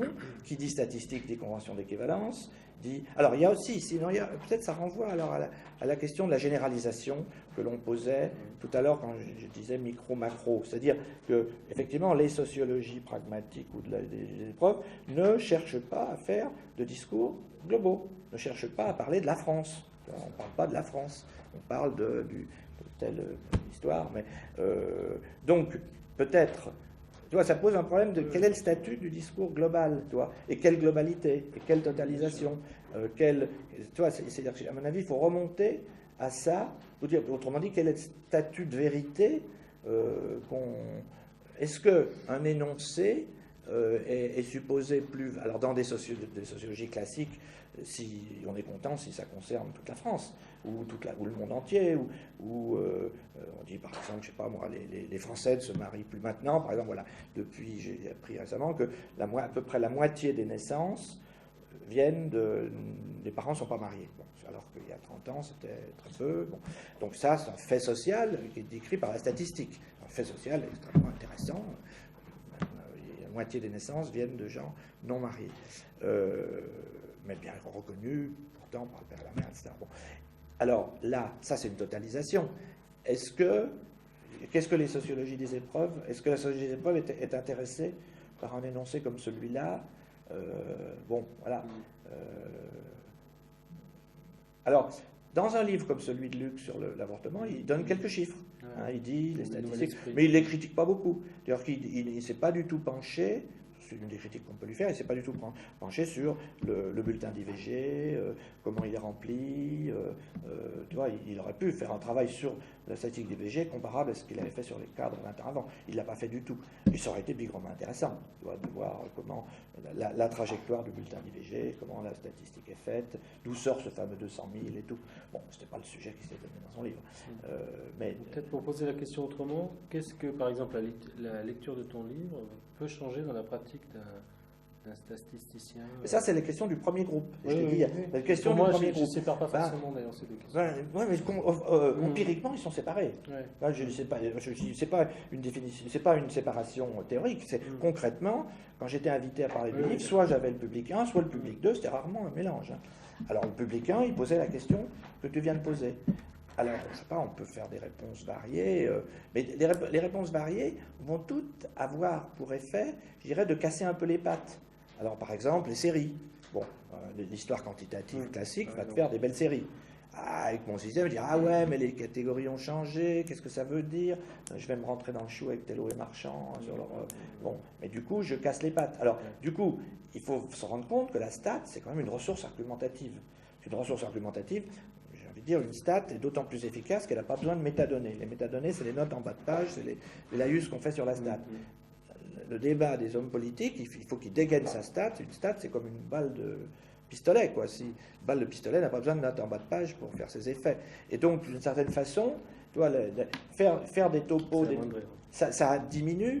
Je suppose que c'est pareil dans le journalisme. Hein. Si on met des nuances, etc., on atténue l'efficacité. Ce n'est pas un jugement de valeur, mais une espèce d'efficacité rhétorique de la ressource fait que Ce qui veut dire que la position réflexive, même quand elle s'annonce comme n'étant pas relativiste ou critique, ne peut être finalement comprise que... Je n'ai pas de réponse. Tout ce que je vois, c'est qu'il y a des postures réalistes qui sont liées à l'efficacité supposée, et puis il y a des postures constructivistes qui sont souvent des postures dénonciatoires. Donc comment dire, la posture dont je parle, du coup c'est une posture qui est toujours en tension, quoi, entre un discours affirmatif qui va dire, je ne sais pas si je parle, mettons, de la statistique du suicide, hein, ou la statistique de l'avortement, mais c'est frappant, par exemple, que dans le suicide, Durkheim ne se pose aucune question sur la façon dont la statistique du suicide est faite. Hein, les bulletins, comment ça vient, alors qu'en fait, il y avait des méga problèmes. Par contre, Alvax commence à les poser en 30. Et puis après, la sociologie américaine se l'est beaucoup posée, avec en particulier, par exemple, il y a toute une zone extrêmement problématique, les gens très vieux qui se laissent mourir. Les gens très vieux qui se laissent mourir, là, vraiment, il y a une part de... Tu vois, le médecin, il peut mettre suicide ou pas suicide. Donc, et puis, il y a, sans parler des milieux sociaux où il ne faut pas que les gens se suicident. Enfin bon, à partir de certains moments, la sociologie empirique américaine a apporté beaucoup de... Mais ce problème-là, on voit bien que pour ce que Durkheim avait à dire, s'il s'était posé ce genre de questions, il se serait fait un croche-patte à lui-même, quoi. Il fallait qu'il puisse dégainer sa statistique. Donc, d'une certaine façon, tu vois, il y a toujours une tension entre le sentiment de l'efficacité argumentative et puis, je peux dire des trucs analogues dans le journalisme, je pense que tu as dû trouver dans ton travail sur la presse, tu as dû trouver des choses du même genre. Et puis, le souci, qu'on peut appeler un souci d'honnêteté, mais qui, en général, souvent, d'ailleurs, on voit bien, celui qui écoute dit « Ah oui, mais attendez, on n'a pas besoin de tous ces baratins. Au bout du compte, il y a combien de chômeurs en vrai ?» Et alors, dans le cadre de la vie sociale, on peut l'analyser, ce phénomène. Dans le cadre de la science, du coup, ça renvoie à des problèmes sur qu'est-ce que c'est que toi. En particulier, cette question de la généralisation. Qu'est-ce que ça veut dire généraliser? Qu'est-ce que ça veut dire passer... Et d'ailleurs, ça renvoie à une épreuve. Hein, passer du singulier au général. Qu'est-ce que c'est qu'est-ce que ça signifie? Donc ça renvoie à qu'est-ce que c'est que la science, tu vois. C'est vraiment une question de conception de la science très profonde, quoi. Ce que l'on peut aborder d'ailleurs en termes de philo des sciences ou en termes de socio des sciences. D'ailleurs, c'est un truc qui est très frappant quand on voit que dans le domaine des sciences, à quel point la philo des sciences et la socio des sciences, c'est des univers complètement disjoints, ont des congrès différents, auxquels ne vont pas les mêmes gens. Par exemple, il se trouve qu'il y a eu, il y a 3 ans, le grand congrès mondial de philo des sciences, qui avait lieu rue d'Ulm, qui était organisé par Andler, Saint-Cernin, Anne Fagot. Bon, ça c'était rue d'Ulm. Et 2 ans plus tard, l'été dernier, il y avait le grand congrès de la socio des sciences, la 4S, qui était organisé par Latour, Calon, etc. Et c'était à 200 mètres l'un de l'autre, c'est pas au même moment, hein, mais c'était pas les mêmes gens. C'est pas les mêmes gens. On pourrait faire l'exercice, c'est extraordinaire. Le philo des sciences, c'est une grande tradition, l'épistémologie, etc. Et l'autre, c'était la Social Studies of Science. C'était très impressionnant de voir que c'était pas les mêmes publics. Ça, je trouve que c'est une question troublante et très troublante, hein, cette dichotomie entre les deux optiques. Est-ce que vous avez des questions, des remarques? Oui. Moi, j'en aurais plusieurs, mais pour continuer sur la question de l'usage de la statistique en pragmatisme. Qu'est-ce que vous pensez? Parce que j'ai en tête deux choses. En fait, d'un côté, la méthode des réseaux sociaux. Est-ce qu'on peut qualifier cette méthode statistique d'une tentative d'être inductive? Alors à ce moment-là, qu'est-ce que vous en pensez? Et la deuxième, ça serait la démarche de Florence Weber qu'elle a décidé d'adopter, qui est de faire un travail en amont, c'est-à-dire de récupération des données, de collecte des données, avec un dialogue avec des économistes néoclassiques de la microéconomie de la famille. Donc voilà, c'est la première question. Les réseaux sociaux. Et je disais un peu plus sur les réseaux sociaux parce que je ne connais pas bien, je ne suis pas sûr de voir à quoi vous faites allusion. Disons qu'un certain nombre de sociologues, je pense à Lazega par exemple, vont dire que les réseaux sociaux sont une méthode de statistique intéressante qui combine à la fois de l'observation ethnographique, de l'entretien, et à partir de ce moment-là, on fait un codage à travers la question du lien social dans certaines problématiques. Et on arrive à un certain niveau de généralité statistique au sein d'une organisation. Alors la question c'est comment comment faire, comment est ouvert ou pas l'échantillon. C'est-à-dire qu'ils font des... Je connais mal ça, alors j'ai pas beaucoup lu. Ils font des catégories de type de lien, et ils essaient de les quantifier. Comment ils passent de l'observation du lien singulier, quel type de catégorie ils font? Ça va dépendre des chercheurs et des questions qu'ils ont posées. C'est-à-dire qu'il y en a qui vont avoir des questions sur, je sais pas, des relations d'amitié ou des relations d'autorité ou choses comme ça. Oui, d'accord. Mais effectivement. Oui, comment s'effectue l'échantillonnage en fait, quel groupe social on étudie? Est-ce qu'on étudie une institution, une entreprise avec 10 personnes, un réseau d'amitié, etc. Est-ce que là on n'a pas une voie de sortie avec de l'outil statistique? Mais alors là, il faudrait aussi interroger sur la manière dont ça s'est constitué, etc. Peut-être oui, j'imagine un peu. J'imagine que dans ce cas-là, il y a une espèce de... Ça rejoint effectivement les questions que pose Latour, c'est-à-dire que ça aboutit à une totalisation qui a un intérêt, mais dont on voit bien que chaque totalisation est différente de l'autre. C'est comme Latour qui a ses réseaux des égouts, etc. Donc c'est une totalisation, un autre chercheur fera un autre réseau, il aura une autre totalisation. Donc à ce moment-là, on aura, est-ce qu'une des totalisations prétend à une hégémonie, prétend à dominer les autres? Il me semble que là, on aura une concurrence des totalisations, certes tout intéressante, mais tandis que dans des formes antérieures, parce que quand il y a l'État fait en sorte qu'il y en a une qui a à un moment donné une hégémonie, alors il y a une autre, j'ai oublié d'introduire une autre, une question de vocabulaire qui m'intéresse bien, c'est que souvent, dans les sciences sociales, on emploie le verbe mesurer.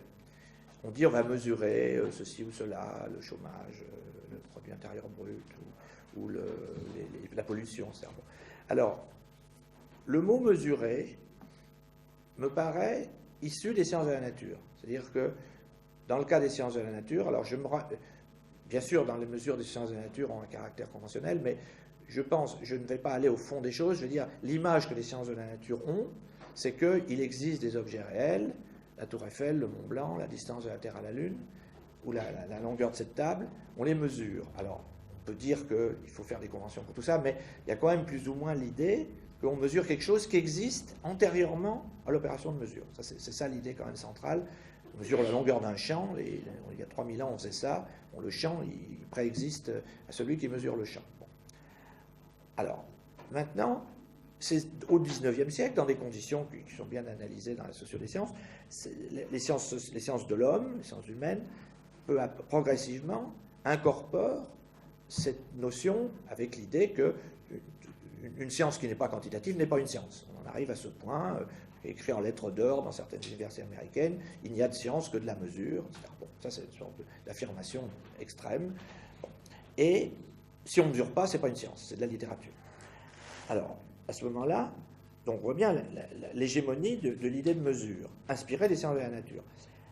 Alors, à ce moment-là arrivent des réflexions de toutes celles dont on parle depuis 2 heures, qui consistent à dire, oui, mais pour faire des mesures, en tout cas dans les sciences de l'homme, il faut faire des conventions.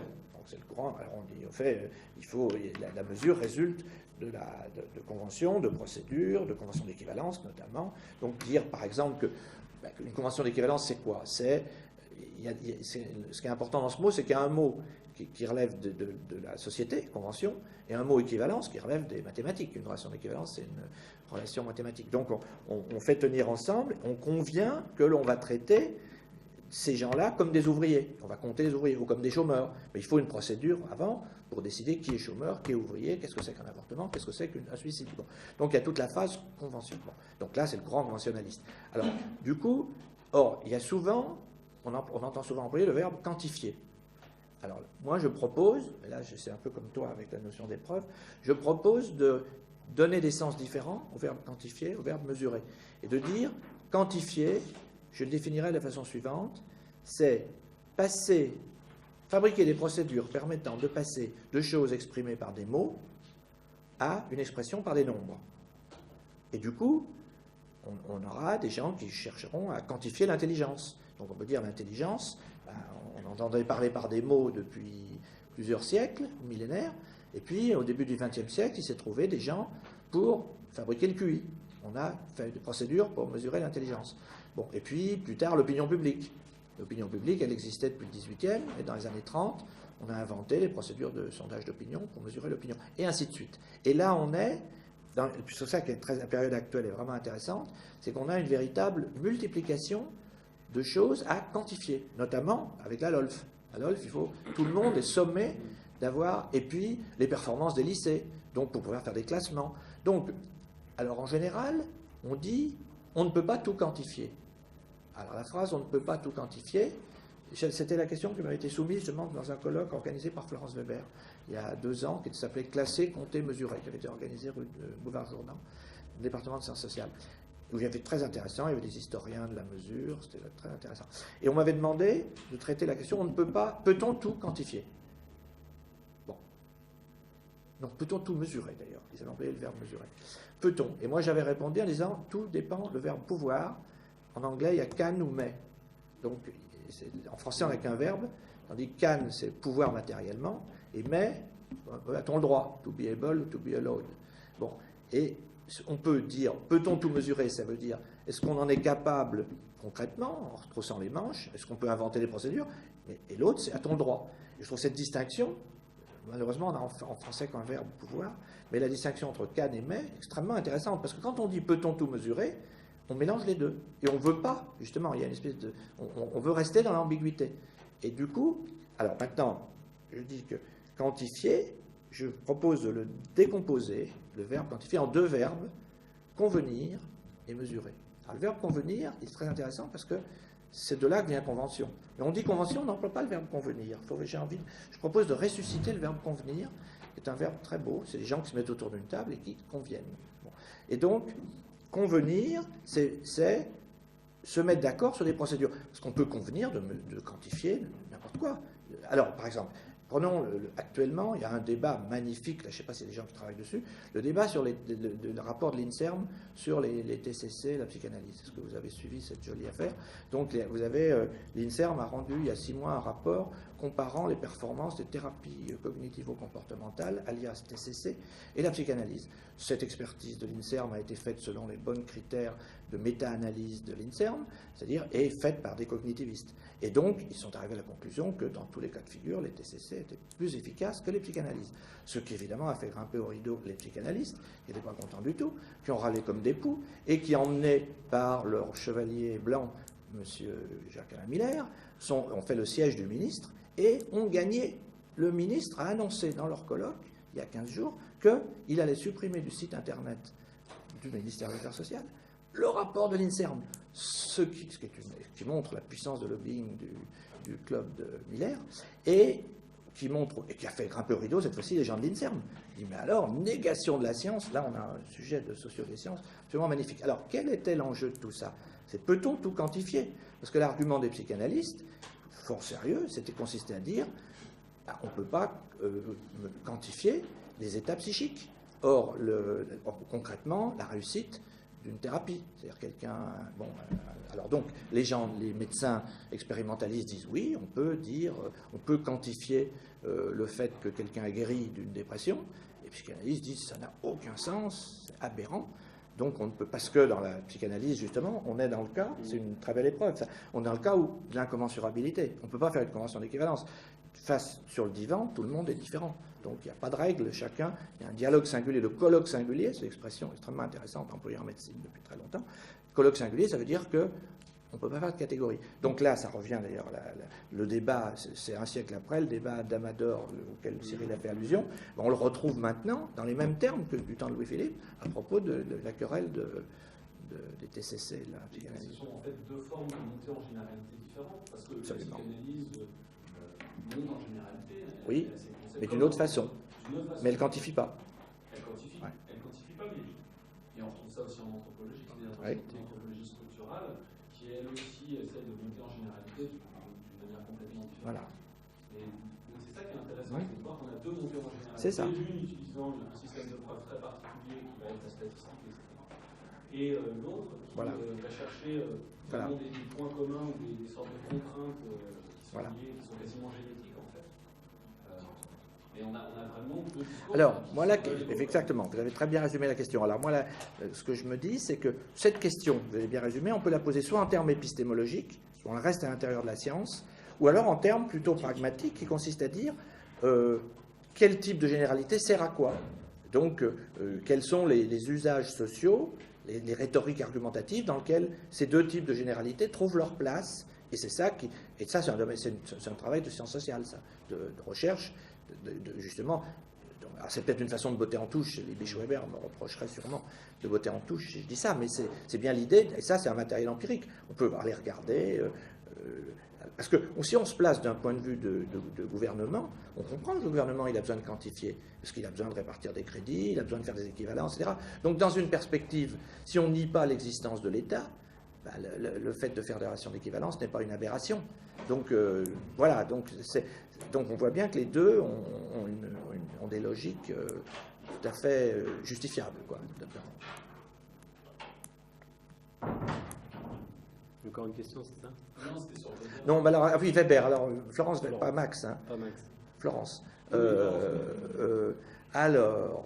Parce qu'au final, en fait, ouais. l'idée que j'ai derrière, c'est de dire c'est quelque chose que les conventionnalistes, vous auriez pu faire. Que qui, quoi? Que vous auriez pu faire. De faire ce que fait Florence Weber? Oui, c'est-à-dire de dire on va finalement aller faire des enquêtes et on va proposer un système de quantification différent. C'est-à-dire qu'elle, il me semble qu'elle essaye de faire une sorte d'interaction entre une économie orthodoxe et une sociologie orthodoxe. C'est-à-dire l'économie, la microéconomie la plus classique, et puis la sociologie orthodoxe, qui est finalement celle de Bourdieu de nos jours, quoi, qui était hétérodoxe il y a 30 ans ou 40 ans, et maintenant qui est devenue orthodoxe. Et donc elle essaye de faire une sorte d'alliance entre les deux, qui me paraît faire l'économie de questions du genre de celles que les sociologies pragmatiques, les épreuves, ont essayé de faire. Donc, et du coup, ça donne des interactions dont moi, je ne comprends pas bien la signification. L'interaction entre la microéconomie la plus traditionnelle et puis une sociologie macro. Je suis un peu perplexe quoi, de cette démarche là. Parce que ça permet, il y a quelque chose, il y a une ambition qui n'est pas absurde, qui est de faire au moins, parce que c'est vrai que c'est des disciplines qui se parlent peu, donc en particulier parce que l'économie campe sur ses positions. Enfin, en gros, les économistes sont dominants, ils n'ont pas besoin des autres. Bon, les économistes, eux, ils n'ont pas besoin des sociologues. En revanche, les autres sciences sociales sont en position plus dominée, donc elles aimeraient faire des interactions, etc. Donc, cette proposition vient plutôt des sociologues. Ils vont chercher les économistes. Et donc là, c'est peut-être une interprétation un peu de sociologie externaliste que je fais là. Mais justement, je trouve que ces interactions ne cherchent pas trop à mettre à plat les schèmes cognitifs, quoi, et de façon un peu exigeante. Et du coup, c'est pas complètement négatif, ça permet aux gens de se parler, ça permet aux gens de faire des colloques ensemble, de discuter, ce qui n'est pas une mauvaise chose. Ça suscite des échanges dans des univers où d'habitude, justement, les économistes sont dans leur planète. Donc, effectivement, ce serait intéressant de regarder un peu l'histoire et les formes des échanges entre les économistes et les autres sciences sociales. On verra des tas de formes où on prône l'œcuménisme, et puis en fait, on ne le pratique pas, et pourquoi, et les rapports de... Mais là, il faudra remonter loin dans le temps, quoi. On retrouverait ça chez Simian. Il y a, à la fin du livre sur le salaire de Simian, publié dans les années 30, il y a une postface très étonnante. Simian, en gros, c'était un post-durkheimien, dans lequel il passe en revue les autres sciences sociales de son époque. Et il se positionne par rapport aux autres sciences sociales, y compris les durkheimiens d'ailleurs, par rapport auxquels il prend un peu de distance. Donc il passe en revue l'économie classique de son époque, etc. C'est très très intéressant parce qu'on voit, il se positionne et du coup on voit, alors il se positionne en apparence de façon épistémologique, mais en fait, quand même, il se positionne là, de tout point de vue, quoi.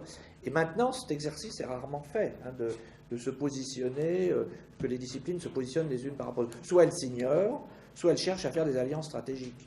Mais se positionner vraiment... ou alors elles s'échangent des arguments rituels. Voilà. Donc, en particulier, le dialogue économie-sociologie, extrêmement répétitif. Hein. On a habitus versus intérêt, on a des trucs vraiment très ritualisés, et qui, à chaque génération d'étudiants, recommence. Tandis que justement, ce que je trouvais intéressant dans les sociologies dont on a parlé aujourd'hui, c'est qu'elles ont essayé d'avancer. C'est pas un hasard s'il y a des économistes, genre Aymar, d'un côté, des sociologues, des gens qui... Je me sens que les échanges, par exemple, que vous avez pu avoir avec Marx la semaine dernière, me paraissent d'une autre nature que les échanges auxquels vous avez fait allusion.